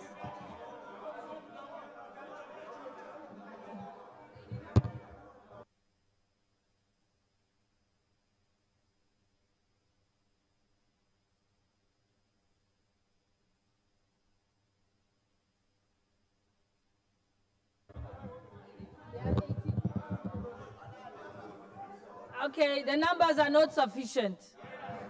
Mover to reply. Thank you, Madam Speaker. Madam Speaker, I want to take this opportunity to really thank members who contributed into this very important motion. And having keenly listened to all of them, it's true, it's a very important matter. And I want to appreciate all of you who supported to send our very disciplined, professional, and competent officers to the country of Haiti to help bring peace to that country of our African descendant. Madam Speaker, I just want to highlight a few things. One, why Kenya was appointed as the lead nation. It's true, Madam Speaker, is on record that Kenya has previously participated in helping bringing peace to the world. And there are few countries that we had mentioned, and mentioned by Leader of Majority and others who spoken. What's that your point Kenya of order, had Honorable participated. Osoro? Madam Speaker, protect me. Honorable Speaker, Honorable Mayo is acting disorderly in this house. She's tearing and throwing papers around while a member is making presentation, Honorable Speaker. I think it is quite in order for her to behave that way in the floor of the House. Tearing papers, you know, throwing papers all over, walking around and shouting. Honorable Catherine Omayo. Okay, I didn't see that, but I will get the cameras. We will have the cameras reviewed, and the matter she can be dealt with at a later time. Let us proceed, member for Narok. So, Madam Speaker, thank you so much. I've just mentioned that it really, I want to outline a few things, Madam Speaker. One, the very fundamental question before us here is whether the procedure was followed. I want to confirm to the country and this House that the committee followed the due process of law to the letter.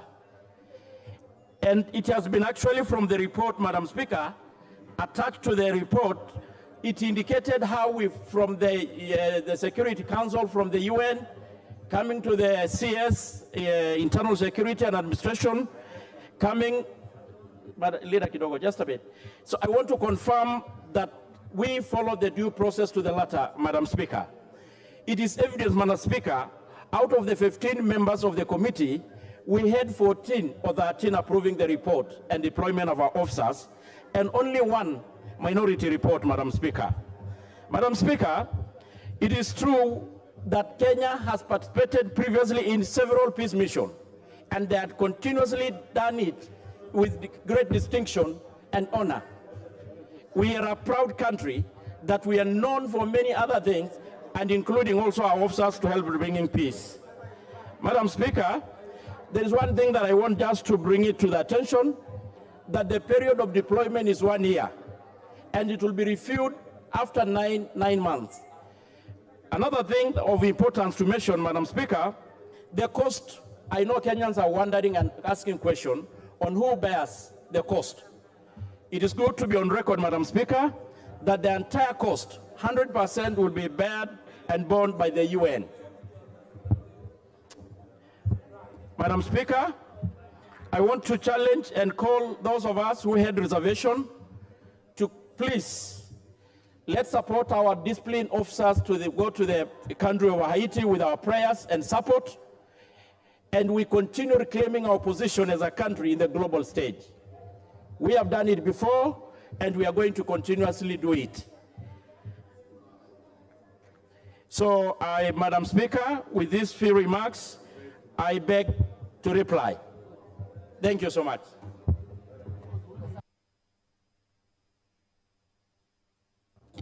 Honorable members, thank you. Honorable members, I now put the question that taking into consideration the recommendation of the Joint Committee of the National Assembly, Departmental Committee on Administration and Internal Security, and the Senate Standing Committee on the National Security, Defense and Foreign Relations in its report on the request regarding the deployment of officers of the National Police Service to the Multinational Security Support Mission to Haiti, laid on the table of this House on Wednesday, 15th November 2023, and pursuant to the provisions of Article 248A, this House approves the deployment of the officers of the National Police Service to the Multinational Security Support Mission to Haiti. Will as many as of that opinion say aye? Aye. Will as many as of the contrary opinion say nay? Nay. The ayes have it. Next order.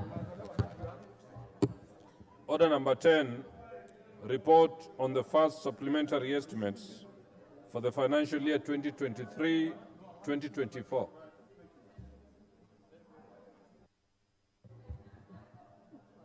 The Honorable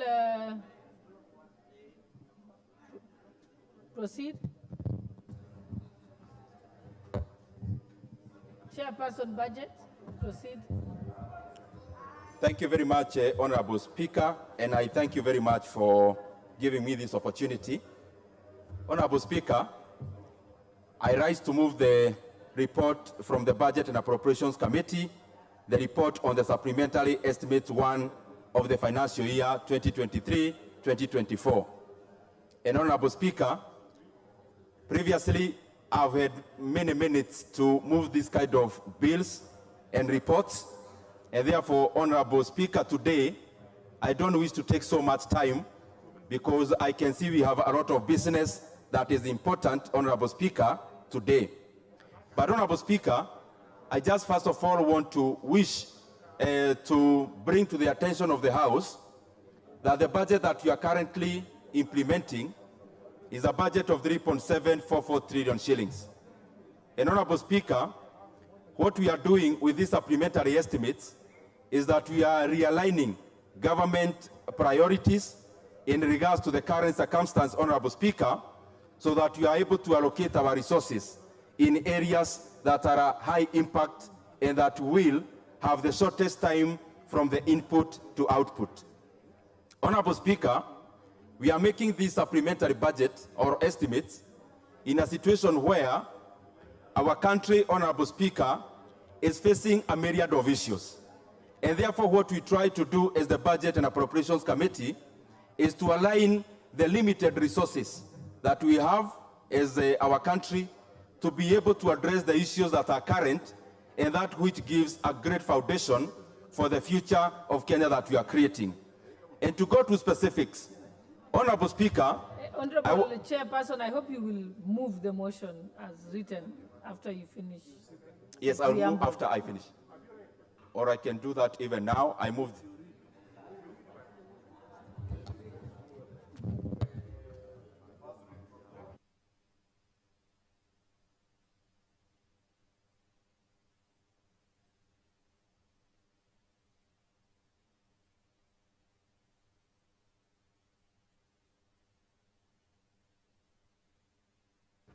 Honorable Speaker, I had wished to do this when I am concluding, but it's always better to do it earlier so that members can also get talking points from the essence of the order paper.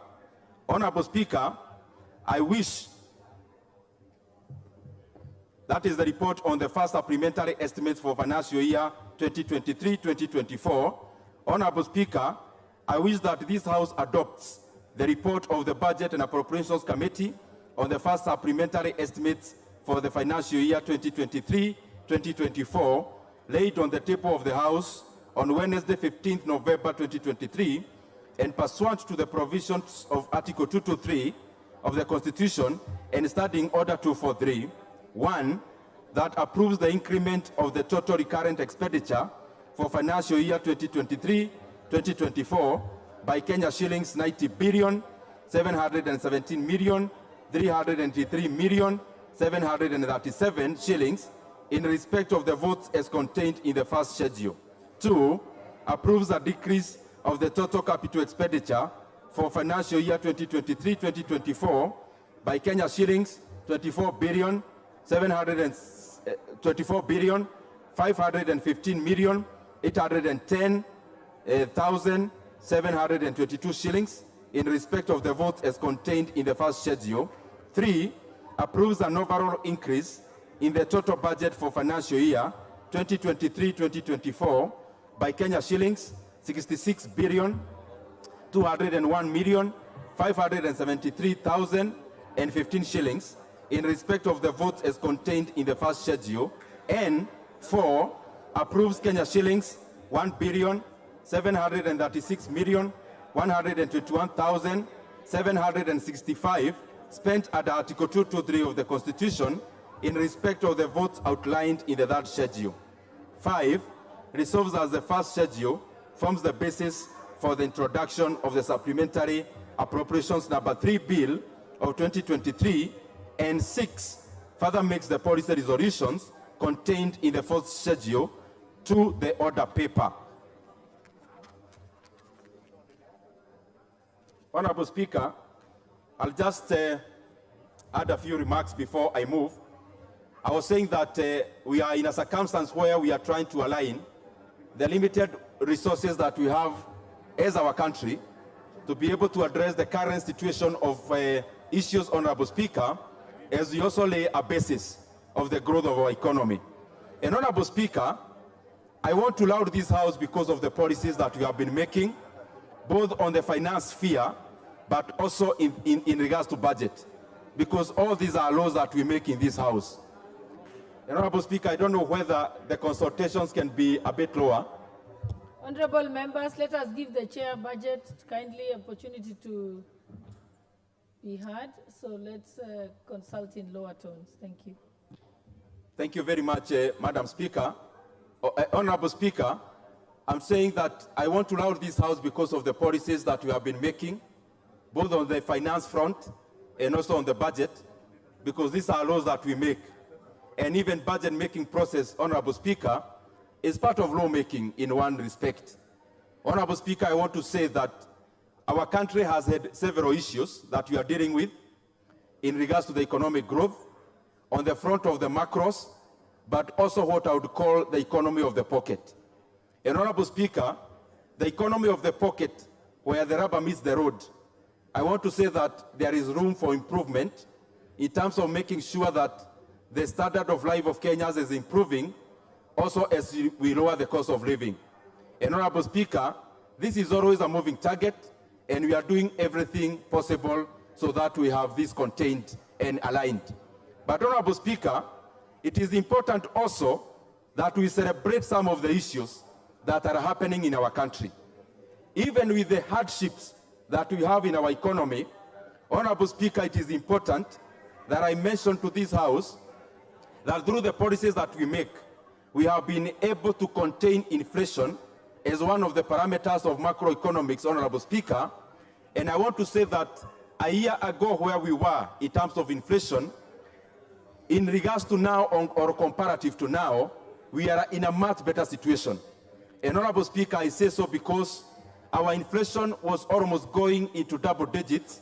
But as we talk here, Honorable Speaker, last month, the data we got from the Kenya National Bureau of Statistics is that our inflation is actually below 7%. It is important that I mention that our benchmark in terms of inflation in Kenya is 5%, and then there is a band of plus or minus 2.5% either way. And therefore, Honorable Speaker, on that front, it is important that I mention we are doing well. But Honorable Speaker, on the way we measure inflation, we look at it on the food side, which is food inflation, and also we add fuel inflation, and then lastly, co-inflation. I want to say that we have been doing pretty well out of the fiscal policies that we have employed in terms of containing food inflation.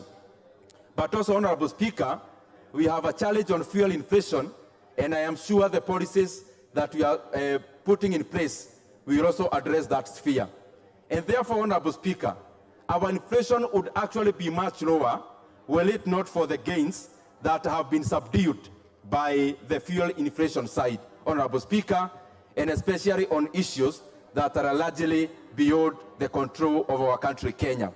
But Honorable Speaker, also, on the other parameter of economic growth, it is important that I mention to these colleagues of mine who have been very, very instrumental in also shaping the decisions that we make as the Budget Committee, but that notwithstanding the economy of the pocket that is not doing so well, Kenya as a macro economy, Honorable Speaker, is actually doing very well comparatively globally. Honorable Speaker, in the first quarter of 2023, Kenya economy grew by 5.3%. Honorable Speaker, in the second quarter of 2023, the Kenyan GDP grew by 5.4%. Honorable Speaker, this is not just the Kenyan data, but data from even Bretton Woods institutions like IMF and World Bank.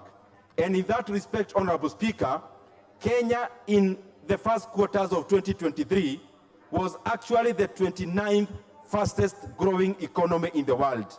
Honorable Speaker, these are things that are important to mention, where I also comment that there is also something that we need to do to make sure that this economic growth is felt in the pockets of Kenyans. Honorable Speaker, why are we making this supplementary budget? Honorable Speaker, I'll mention just a few, because I want to conclude in the next 5 minutes so that we go to also the debate. And I want members kindly if it's possible, because this is the essence of this debate, you may conceptualize it. The essence of making this supplementary is, number one, to address the issue of payment of interest rates so that we can go step by step. The real reason of having this supplementary budget now is because we as a country want to provision enough resources for the payment of interest rates. Out of the total increment of this budget of around 200 billion, 145 billion Kenya shillings is an increment in the payments of interest rates. Honorable Speaker, one would ask, why are we doing it now? And we just did our budget in the month of June. The reason is this, Honorable Speaker. From the month of June to date, we have had two main issues happening around interest rates. One is the interest rate itself, which is the cost of money.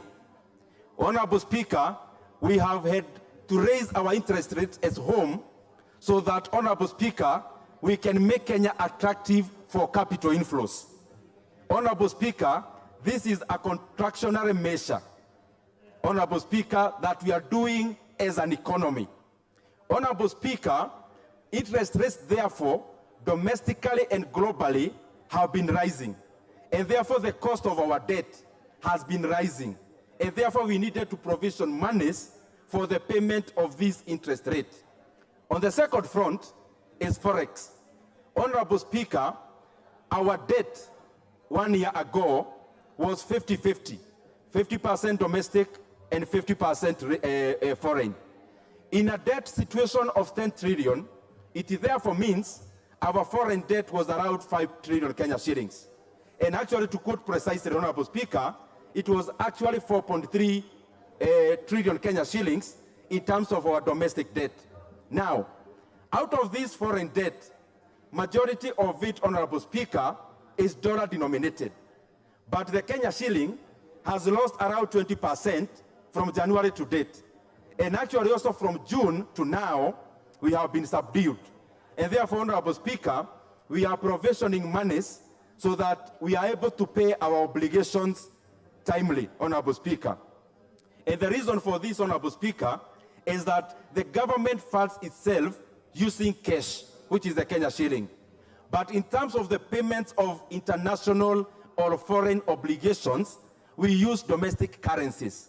That is where there is a loss, Honorable Speaker, and therefore our country will be spending an extra 145 billion Kenya shillings as an increase in cost of our debts when it comes to repayment of our interest rates alone. Secondly, Honorable Speaker, some of the increments that you have made in this budget, number one is education. We have put in 20 billion Kenya shillings into TSC.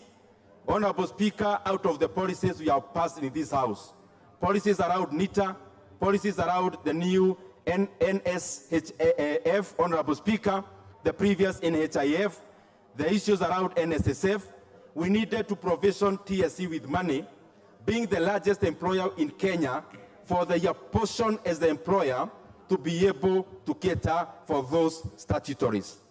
Honorable Speaker, secondly, and I want members to also be keen on this, we have also provisioned around 5.4 billion Kenya shillings that is going into bridging the gap of the deficit of the JSS funding in terms of capitation. Honorable Speaker, in this budget, we have provisioned that money. Honorable Speaker, in this supplementary also, we have provisioned monies for the new funding model of the tertiary education. We have put in over 4 billion Kenya shillings into giving scholarships and loans to TVET students. And on the other side of the universities, Honorable Speaker, we have provisioned enough resources for the intake that is currently in course and the next intake. Honorable Speaker, we have also provisioned 3.4 billion Kenya shillings, monies for the infrastructure of JSS institutions. And Honorable Speaker, we have also recalibrated that. That money will no longer be going to the Ministry of Education. All that monies will be going to NGCDF, because the patrons, the members of this house, have shown that they are the best managers when it comes to execution of public facilities. Honorable Speaker, also, we have provisioned 8.25 billion Kenya shillings that will go into post-harvest management and also the purchase of fertilizer for the next season. And therefore, Honorable Speaker, when it comes to inputs of our agriculture sector, we have taken care of that. Honorable Speaker, we have provisioned monies for sugar reforms. And some of these monies, Honorable Speaker, will be going into payment of arrears owed to Kenya's sugar farmers, Honorable Speaker, so that we can continue releasing more resources to our economy. Honorable Speaker, there is a lot more that we have done in the supplementary estimates, and I will call upon members to also go through the report so that we can also participate.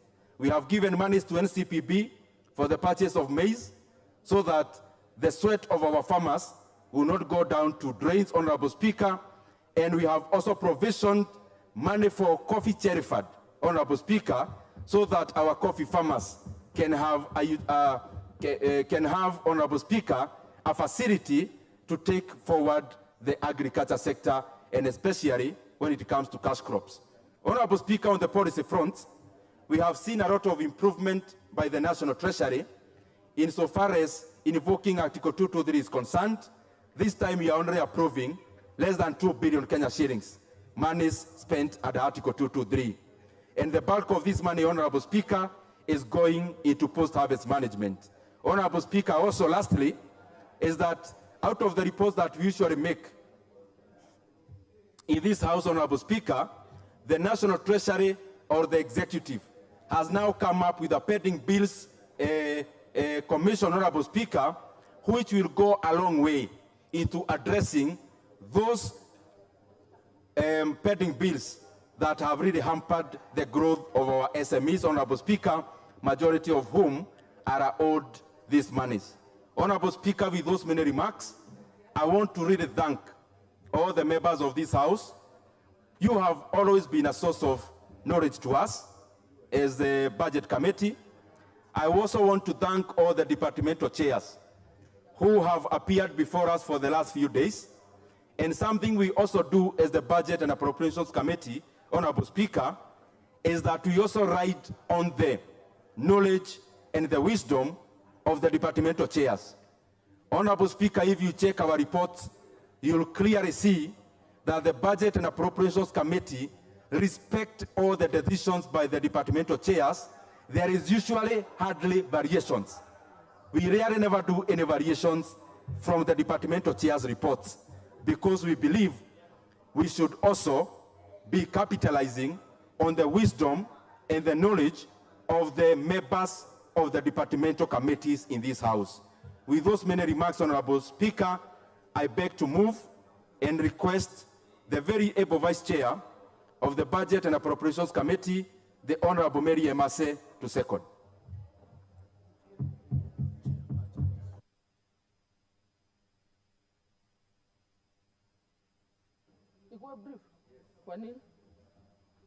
Thank you, Honorable Speaker. I'm being told to be brief.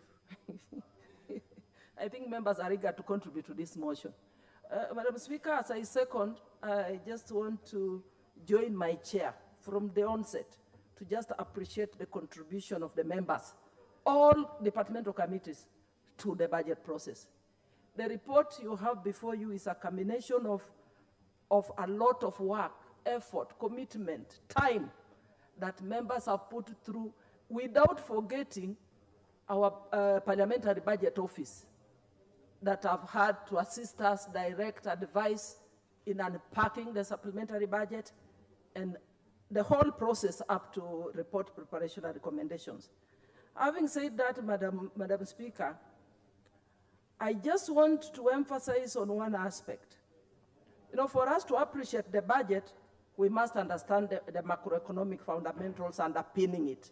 The chair has articulated in details, being an economist and a very able chair, but I just want to emphasize, because it's important, we must understand why we have done what we have done in the manner in which we have done it. Madam Speaker, we are preparing supplementary one at a time when Kenya is experiencing a very difficult economic time, and not only Kenya, many countries across the world. On this front, therefore, Madam Chair, I must say our economy has been very resilient to the shocks, the economic shocks. I remember during our discussions, one of the members was telling us, you are blaming everything to the war in Russia, to now the war in Israel. But these are facts we must confront. Even we are still recovering even from the impacts of the COVID-19. Then came the wars, and now we have the vulnerability to debt, and because of the economic tightening of many advanced economies, we are seeing increase in interest rates, we are seeing fluctuations in the exchange rates. So all these things have affected us. And therefore, in view of the foregoing, Madam Speaker, we had to rearrange the budget. We have to rearrange the budget in a manner that addresses or mitigates the impacts of these challenges in the economy. Therefore, just a case in point, we must do this so that we can be able to cushion Kenyans, cushion the nation from more or severe, impacts of the same, and alleviate Kenyans from suffering. Therefore, just a case in point, I want to speak to the aspect of debt. We know that Kenya borrowed the Eurobond sometime in 2014. But to date, that has attracted 70 billion. And right now we are having our foreign debt at 448.7 billion, and domestic debt is at 415, and we are about to borrow more. So what am I saying?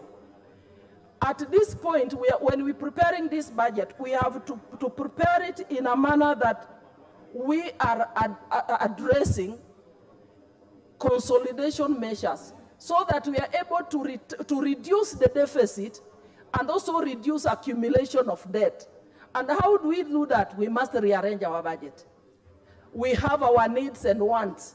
But at this point, this is a time when we have to ask ourselves, what can wait? What can't wait? And what can we do away with altogether? And that is where the austerity measures come in. So, I know even when we're looking at the budget, most of the departmental committees had wish lists, endless wish lists. But then we had to make a decision to make rearrangements, so that we can create what we call physical space, more leg room for us to be able to rearrange the money, take some of that money to help us pay our debt, and also allocate to other priority areas, emergent areas, like address issues to mitigate El Nino, the issue of climate change, and many others. So, even if we have to borrow by rearranging, then we will end up borrowing less as opposed to borrowing more. So this rearrangement was necessary in the budget. Having said that, allow me to touch on a few areas. The sectors that are benefiting more from this rearrangement, one of them is agriculture. We know that agriculture sector has employed a number of reforms towards improving competitiveness of our exports, towards securing food security, so that in the long run we are able to bring down the cost of food and therefore the cost of living. And at the same time, we know that agricultural sector is the one that creates a lot of employment for this particular sector. So I just want to say that this sector has benefited more. We have 516 million going towards paying arrears to farmers. We have 550 million for food security diversification, among others. And also, as I approach conclusion, education sector is also one of the biggest beneficiaries. There is 1 billion to Nairobi schools. We know that Nairobi has the largest population, and some of the constituencies you will find they have 2 schools or 5 schools. So there's more money going towards supporting Nairobi schools to create more schools. We also have new funding going to the new model university funding to support education in our universities. And also there is allocations going to social protection. We remember we registered our elderly persons, and now we have allocated 2.8 billion towards that end. And also there is more allocations, including to the Hustler Fund and many other. Thank you, Madam Speaker. I want to stop there. Thank you for the opportunity. Point of order on the seconding. Let me propose the question first, surely. Because what exactly are you? I think members are anxious about this. And I must say my claim to fame is that Honorable Emase was my very able senior accountant when I was on the judiciary. And I can see she hasn't lost her touch. Honorable members, I now propose the question that this House adopts the report of the Budget and Appropriations Committee on the first supplementary estimates for the financial year 2023 and 2024, laid on the table of this House on Wednesday, 15th November 2023, and pursuant to the provisions of Article 223 of the Constitution and Standing Order number 243. 1, approves an increment of the total recurrent expenditure of the financial year 2023-2024 by 90,717,383,717 in respect of the votes as contained in the first schedule. Obviously, my math is not that good. 2, approves a decrease of the total capital expenditure of the financial year 2023-2024 by Kenya shillings 24,515,810,722 in respect of the votes as contained in the first schedule. 3, approves an overall increase in the total budget of the financial year 2023-2024 by Kenya shillings 66,201,571,015 in respect of the votes contained in the first schedule. And 4, approves Kenya shillings 1,736,121,765 spent under Article 223 of the Constitution in respect of the votes outlined in the third schedule. And 5, resolves that the first schedule forms the basis for the introduction of the supplementary appropriation Bill number 3 of 2023, and 6, further makes the policy resolutions contained in the fourth schedule to the order paper.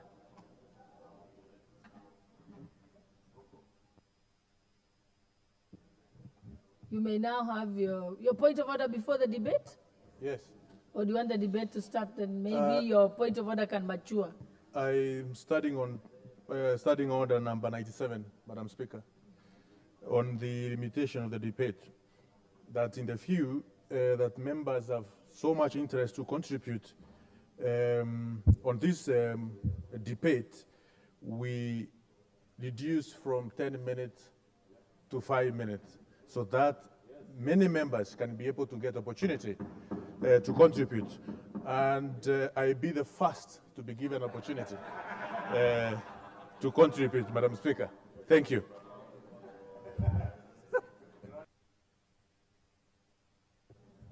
Honorable members, is the House in agreement that we limit debate? Will as many as of that opinion say aye? Aye. Will as many as of the contrary opinion say nay? So the debate is limited to 5 minutes per member. Of course, with the exception of the leader of majority and leader of minority. Can we give him the privilege of going first? Since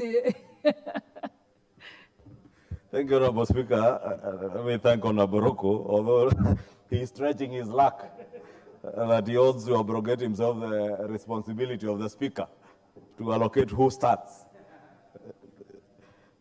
but he's a good man, Honorable Speaker. And I rise to support this motion, Honorable Speaker, on the supplementary estimates. The first supplementary estimates in this financial year, Honorable Speaker. Honorable Speaker, as the Chair and the Vice Chair have very well articulated, this first supplementary comes in the backdrop of a very difficult time for our economy and indeed the global economy. Honorable Speaker, just to add on to the issues that the Chairman and the Vice Chair have alluded to, the global economy, Honorable Speaker, as we all know, is still in the recovery mode post-COVID. And this recovery post-COVID, Honorable Speaker, has had huge ramifications on growing economies like ours and others in the developing world, and especially informed by happenings beyond the borders of our developing economies. Happenings in the Americas, Honorable Speaker, happenings in the Western world, in Europe, and now, Honorable Speaker, even happening in the Middle East with the war between the Hamas and Israelis, Honorable Speaker, in a way hugely impacting the supply chain around the oil and gas sector. And Honorable Speaker, because we are not an oil-producing country, but an oil-consuming country, any interruptions to the supply chain of oil emanating from the war either in Ukraine and Russia, between Ukraine and Russia, or the war in the Middle East will have an impact on our local economy, Honorable Speaker. And we have seen that even with the consistent rise of oil prices, global oil prices in the world, and also in the distortions of our foreign exchange rates against the hard currencies, Honorable Speaker. And those who understand, Honorable Speaker, will know that the global oil prices also have a huge impact on our exchange rates, especially that against the dollar, because most of this crude oil is traded, and even refined oil is traded in dollars, Honorable Speaker. And the demand for crude oil or refined oil into our economy, in a way, also helps to drive up the costs of the dollar against the shilling, Honorable Speaker. And why not, Honorable Speaker, as have been said, why not for the government-to-government contractual arrangements that guarantees, one, that we have adequate oil supplies in our country, Honorable Speaker, and with prices that are hedged, and therefore we are not subject to very frequent fluctuations of the oil prices in the world, Honorable Speaker. Honorable Speaker, the other issues that confront us as we work on these first supplementary estimates, Honorable Speaker, you know we had challenges with the implementation of the Finance Act 2023, with all the cases that went to court, and that in a way impacted our revenue collection. Honorable Speaker, you remember the Kenya Revenue Authority have already reported that within the first quarter, they had a shortfall of about 79.3 billion on revenue turnovers from July, August, and September. I am glad, Honorable Speaker, to note that in the month of October, all the revenue streams that KRA is collecting from, be it VAT on fuel, be it excise duty, be it our income tax, all our revenue streams and our tax instruments are performing now, and at least, Honorable Speaker, I was happy to note in all of the reports by KRA that taxes, especially around fuel, are now performing above target, at almost 106% above target, and there is hope that if that progresses, Honorable Speaker, then we shall be able to catch up with the revenue estimates. It's surprising, Honorable Speaker, because there are those who have argued that our taxation on fuel has discouraged Kenyans from consuming fuel. And they will be shocked from estimates and data coming from IPRA and KRA. The consumption of fuel in this country has indeed done the opposite, surprisingly. The consumption of fuel has gone up, and that is why even revenues from the consumption of fuel, Honorable Speaker, are performing. I hear somebody behind me speaking about consumption of alcohol. I'm speaking about consumption of fuel, not alcohol. I don't care, Honorable Speaker, whether the consumption of alcohol goes up or goes down, so long as they can pay taxes. But fuel in a big way, because those who have been listening to those critics of this administration, Honorable Speaker, those are some of the things they have been saying. That even the optimal revenue tax, the tax generation curve, we have reached the optimal level of the curve that we can no longer generate more revenue from some of these taxes. And therefore, Honorable Speaker, I just want to speak to those critics of this administration and tell them we are yet to get there. We indeed, VAT on fuel is the first evidence that indeed that is an area where we were yet to exploit our opportunities to broaden our tax base, Honorable Speaker. Honorable Speaker, we have had other challenges, Honorable Speaker, besides those of revenue, the challenges that have been alluded to of foreign exchange fluctuations and interest rate increments, both at the domestic level and even on the international market. And as I said, Honorable Speaker, if you look at what happened in the Americas after the COVID pandemic, the American government had a lot of subsidies that they were giving to their people, which created a huge inflationary situation in their country. And therefore, to help mop up the excess liquidity in the market, they increased their Fed rates, Honorable Speaker, almost to 5.5, 5.6, almost 6%. And that, in a way, has affected our interest rates locally, Honorable Speaker. Besides what the chair of the Budget Committee alluded to, that we've also had to increase our local interest rates to be able to attract investments into our country, especially from funds that come to invest in our country, Honorable Speaker, in government securities. And with that, Honorable Speaker, that has meant that our cost of financing or cost of servicing our debt has also gone up as interest rates go up. Honorable Speaker, members will note from these supplementary estimates, close to 145 billion shillings is expenditure that is going to service our debt. And Honorable Speaker, if you can protect me from these people making noise behind me, Honorable Speaker. Honorable members, order, senior counsel. Honorable Speaker, I was saying, proceed. Honorable Speaker, I was saying 145 billion shillings going to service debt.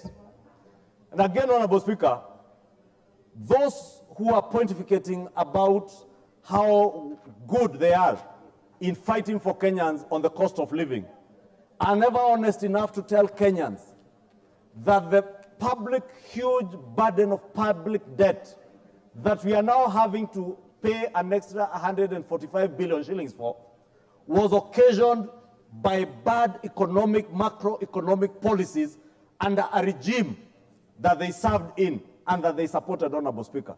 And we must be honest, Honorable Speaker. And I say this with all due respect to my colleagues, even those that I am engaging with in the National Dialogue Committee. Because, Honorable Speaker, I have seen them pontificate on the cost of living, demand that we must now implement policies that we as a Kenya Kwanza administration never went out to Kenyans to campaign on.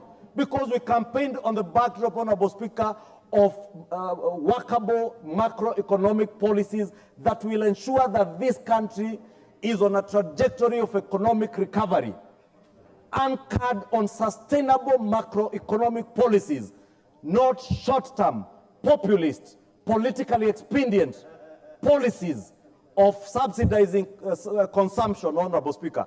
In these supplementary estimates, Honorable Speaker, the chair of the Energy Committee and the chair of Budget will tell you we are having now to pay 4 billion shillings for subsidizing fuel, not bills incurred by this administration, but fuel subsidy bills incurred by the previous administration, Honorable Speaker.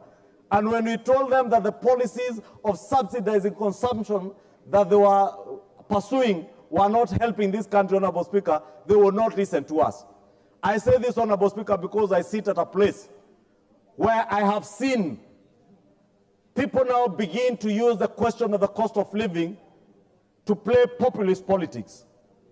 I must thank the Budget and Appropriations Committee and members of this House who have stood to do what is right for the country and for posterity, rather than doing what is populist, because it's very easy, Honorable Speaker, as I said during the State of the Nation address debate, for His Excellency the President to wake up today and announce very populist policies, subsidize unga.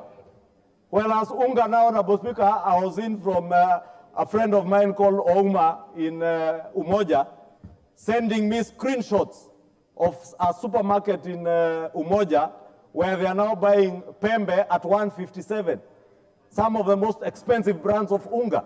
Therefore, if those who purport to have gone to the streets on account of the cost of living, and they use the sufuria and unga as the excuse, Honorable Speaker, today, when unga was at 210, they were in the streets. Today, you want to threaten us that you can go back to the streets on account of unga at 157 for the most expensive brands. There are brands that are going for even 140 shillings. We must drop this pretense, Honorable Speaker. We must speak to the issues. I have seen others attempt to excite and incite university students on account of funding, the new funding model, Honorable Speaker. And it's unfortunate, Honorable Speaker, that even very senior leaders in this country, Honorable Speaker, speak to issues that they have absolutely no information on.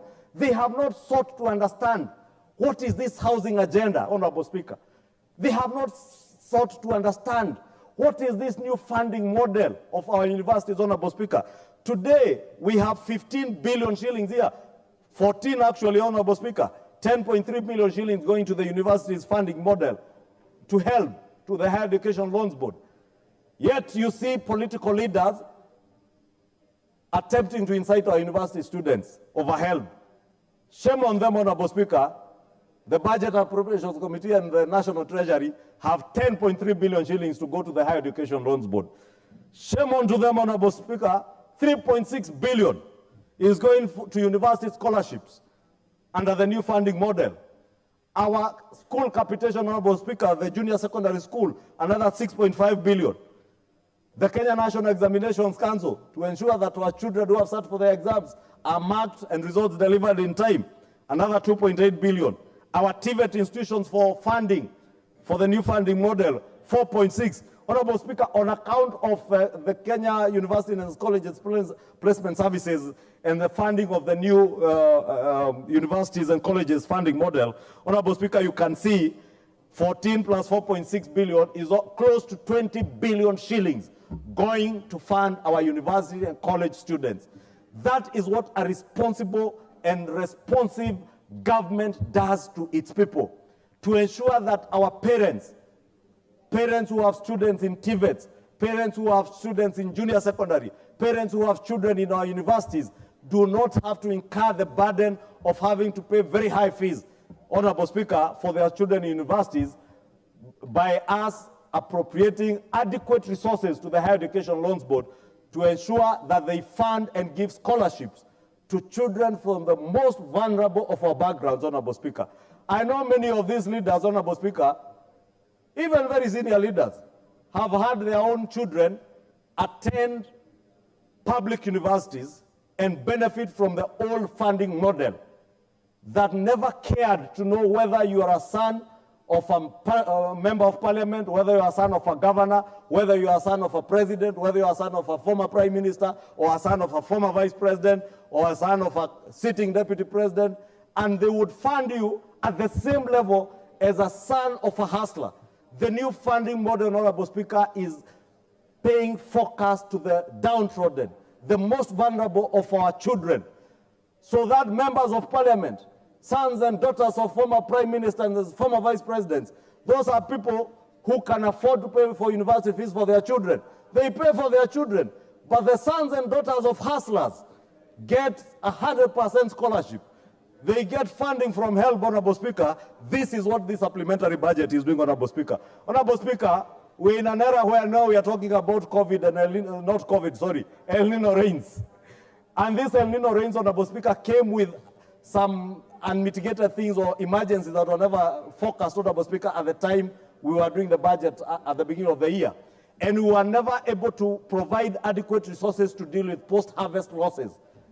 The president did announce that we shall be, even during the State of the Nation address, that 100 mobile maize dryers and milk coolers are being procured. These resources, Honorable Speaker, you will see 2.4 billion shillings going towards the crop post-harvest to deal with the issue of maize dryers, to ensure that the harvest, the extra 18 million bags harvested by patriotic farmers across the country will not go to waste on account of the heavy rains. That will have mobile dryers. Farmers will be able to pay only 70 shillings down from 350 shillings to be able to dry their maize and ensure that there is unga available in the sufurias that some of my colleagues here are putting on their heads and pretending that they are leading what they call a sufuria revolution. There is no sufuria revolution. There is now a revolution to ensure that we are able to subsidize production and give Kenyans affordable food. Honorable Speaker, not just maize, even milk. There is likely to be a milk glut with the heavy rains, Honorable Speaker. Our milk farmers and dairy producers are likely to produce milk. We must ensure that we have milk coolers. We're able to convert that milk to powder milk to store for any eventualities during the dry season, Honorable Speaker. And there are many other interventions, Honorable Speaker, touching on security, universal health coverage, Honorable Speaker.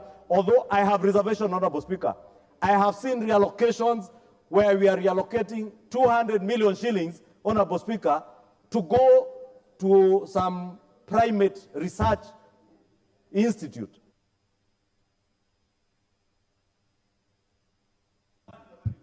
One minute. Honorable Speaker, I was saying, how do we allocate 200 million shillings to research about monkeys? Because this primate research, Honorable Speaker, is not researching on universal health coverage for human beings. How do you remove 200 million shillings from universal health coverage to go and research about monkeys? I know there's a cabinet secretary who told us they would relocate monkeys from some forest to another forest, Honorable Speaker. I don't know what research is this that we want to fund with 200 million shillings. I want to propose that the committees in charge should be proposing amendments this afternoon to remove that money and take it back to more sustainable programs, Honorable Speaker. Worst case scenario, take it back to universal health coverage.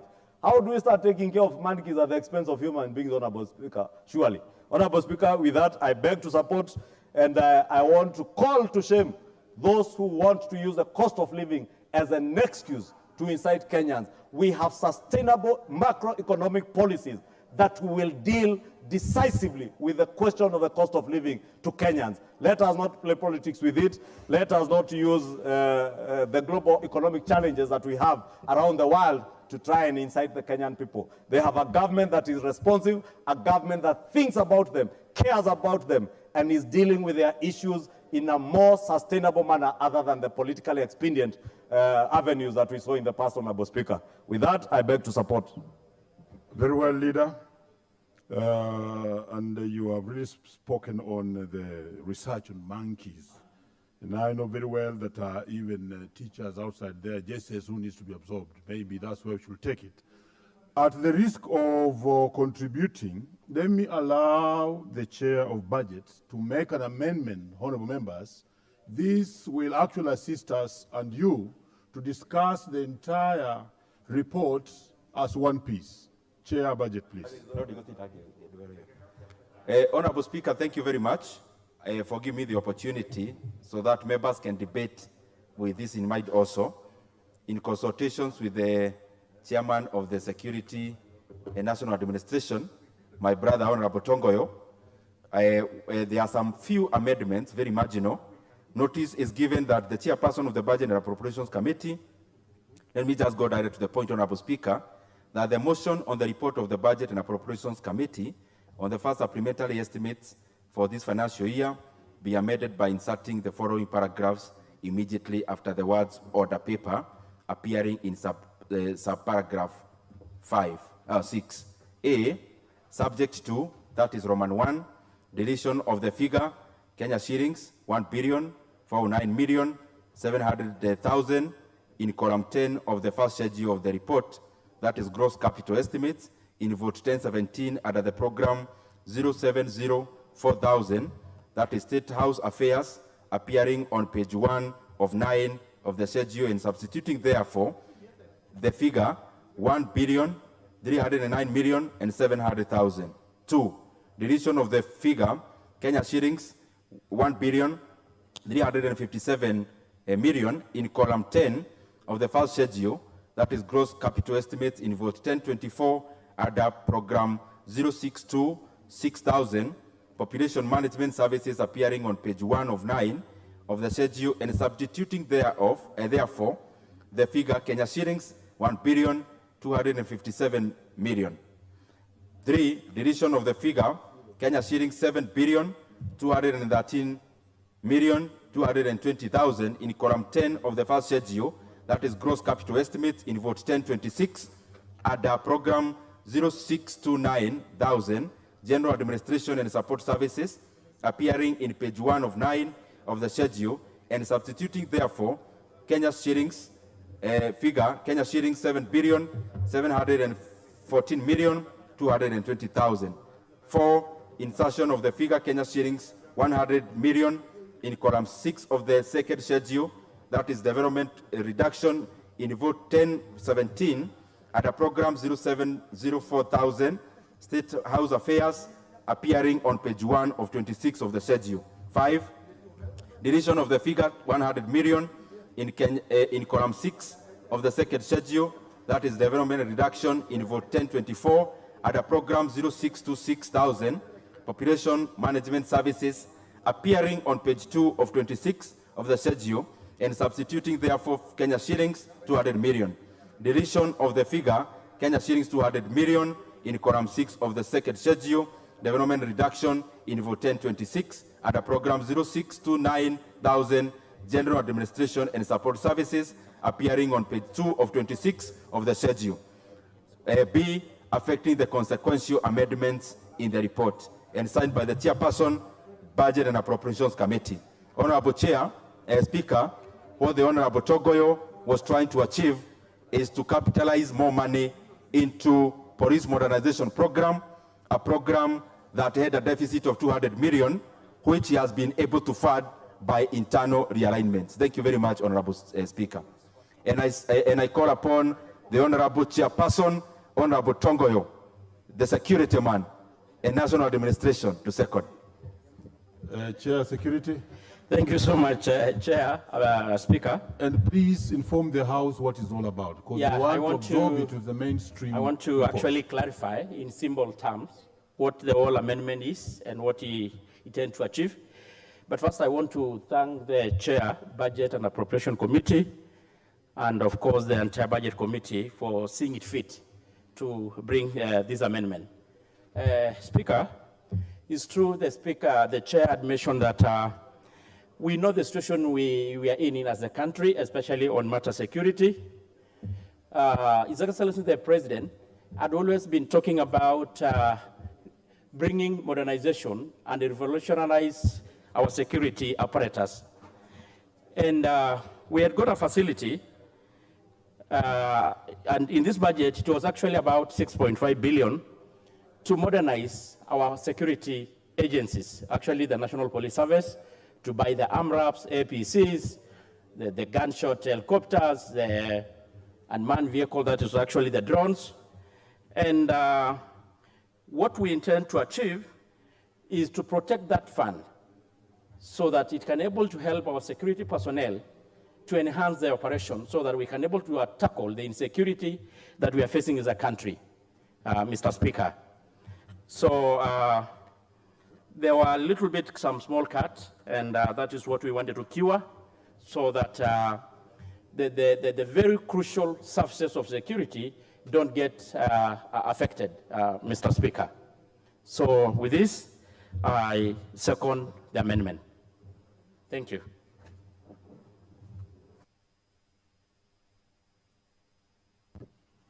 Honorable members,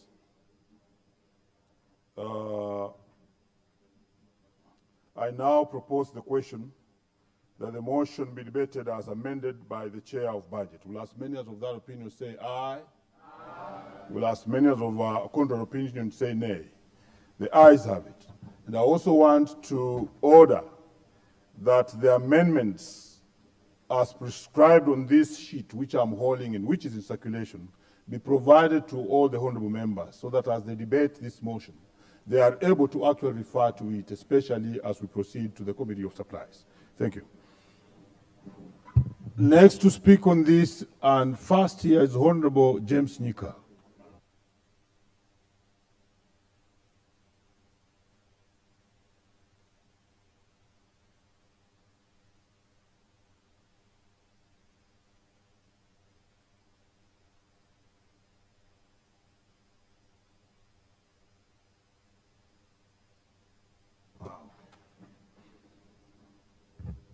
Order. Honorable members, further guidance that we deal with the amendment first before we proceed to the entire report. If it's the mood in the House that I put the question, I therefore put the question that the amendment thereof proposed by the chair of the Budget Committee be part of the report. Will as many as of that opinion say aye? Aye. Will as many as of contrary opinion say nay? The ayes have it.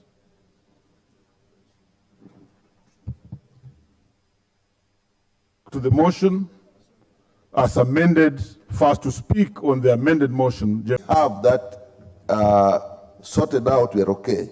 But Mr. Speaker, the main objective of any economic activity of anything is the welfare of the people. It does not matter how good the policies are. It does not matter how sound they are and how pleasing they sound. If the people do not feel it in their daily lives, in the food they put on the table, in what they pay for energy that they use in their homes, what they put in their cars, what they pay for public transport, what they feel in their health care, what they feel in their education, then whatever improvement is of no consequence. And I think the chair of the budget actually put it very clearly when he reduced it to the word economics of the pockets. It is at that level that we feel it. And therefore, when we do all these things, there will only be growth if people feel in their pockets that they can live. It does not matter. You must be able to wake up, get food on the table, travel on your matatu, get onto your border. That is what matters. So when the issues that we're addressing in this country is to a large extent still the cost of living, we cannot run away from it. Whatever we do, that is the thing we must address. When we talk of debts, it is not fair when you are in government to keep blaming the first government. That is why you are in government. Sort out the problems. Don't keep saying this is the person who did this. Okay, that is, we have had that from the time of campaign. Now we want solutions. If the debts, we say they are rising, the debts can only rise if you are taking debts now. You can't then blame it on the past. Of all the things I've heard, we're talking a lot, I'm not an economist, but we're talking a lot of paying debts. That is fair, so that we remain credible in the world of money. But I've never heard us talk about restructuring. I don't think as a country we can insist that we'll pay all the debts even if our children are dying. That is one thing I've never heard. I know the chair of budget is somebody who is very well grounded in economics, but I've never heard us talking about restructuring. Must we pay today even when our children are dying? Can't we say that this will pay that? That I've never heard. Whether this is on purpose, I've heard it in many circles, but not when we are dealing with our issue. When we talk of increasing taxes so that we increasing rates so that we attract money from abroad. We must also realize that if the debts are increased, it has an effect on our economy. People cannot borrow here and actually get into business because of that. So there must be a very clear balance on that. The leader of majority actually made a very good statement that you reach an optimum level when you are talking about taxes or even fuel. You will get increased revenue as the taxes go up, but you reach a point that actually now the revenue is reduced. Although we are saying that we have not got the optimum level, we are getting there. But even today in the media, we have reports that are indicating that we are collecting less, particularly for the areas where we were thinking from the taxes. So that is something that this way we actually look at. These are simple, these are well-known facts. Even where we apply money, I actually am happy that you're applying money in education, in university, and so on. But I just want to get one point, and Mr. Speaker, I'll ask you to allow me to do this. How, when good policies, if not properly applied, actually cause a problem? I can see somebody wants to blame others for what is happening in the university. It is very simple. This funding is actually a good principle. It is how it was applied, the mechanics of implementing it. There were three. I'm telling you, the interests here are overwhelming. You have had your bites. Honorable Julius Meli. Thank you, Mr. Speaker. Mr. Speaker, I rise to support this and commend the Chair Budget and Appropriation Committee and the whole Committee of Budget, Mr. Speaker, for documented report on the supplementary budget. Mr. Speaker, this budget has addressed pertinent issues and the issues that affect the people, the issues that affect the common person. The issues at play, Mr. Speaker, as a chair of education, I just want to pinpoint them, but I'll actually look at the whole spectrum of the budget, supplementary budget one. That one, Mr. Speaker, I want to laud the government that this time the budget has not interfered a lot with the development aspect, especially in the university education. The monies that were allocated in the main budget have actually almost remained the same. Two, Mr. Speaker, the issue of JSS. The country knows that next year we are going to have grade 8. They have actually supplied 5 billion shillings for the construction of the JSS class, for the capitation. On top of that, it was the wisdom of the Education Committee, Mr. Speaker, that 3.4 billion shillings be actually taken to NGCDF so that members of this committee will actually give a shilling for a shilling, which will be actually around 6.6 billion towards the construction of 16,000 classrooms in this republic. Mr. Speaker, that is quite commendable, and I want to say that the Budget Committee has actually done it quite well. Mr. Speaker, on the issue of university funding, and I want to alert the member for SEME that the funding formula is actually for the downtrodden, the poor. In this particular case, Mr. Speaker, I want to point to the House that last week, the Committee of Education directed the Higher Education Loans Board to give the pocket money to the students first, thereafter disburse the loans, and lastly disburse the scholarship funds. This one was very important, and this has been done, Mr. Speaker. On the issue of the JSS teachers, I want to say that it is very important that the issues that were at play has actually been captured well, Mr. Speaker. I also want to point out that we have the issue of the sugar reforms. I want to laud the government. First of all, in the main budget, most of the loans were actually written off, and actually, Mr. Speaker, the monies that were actually supplied this time were actually have been captured well. Lastly, Mr. Speaker, on the issue of budget, I want to say that this was good, and I want to thank the member for that. Asante sana, Mr. Speaker. Thank you. What's your point of order, Honorable Murungara? Thank you. Thank you very much, Mr. Speaker. Mr. Speaker, allow me to stand under Standing Order 95, and I wish to explain as follows. Mr. Speaker, sir, as soon as we finish the debate, which we are going on very well, we are moving on to the Committee on Supply. In this committee, we will move item by item as we supply money to the government. Every member will have the opportunity to actually contribute on every item you want to contribute, and therefore, we may actually be repeating ourselves. Therefore, consider that we have the entire afternoon for all these members to talk. May I move that the mover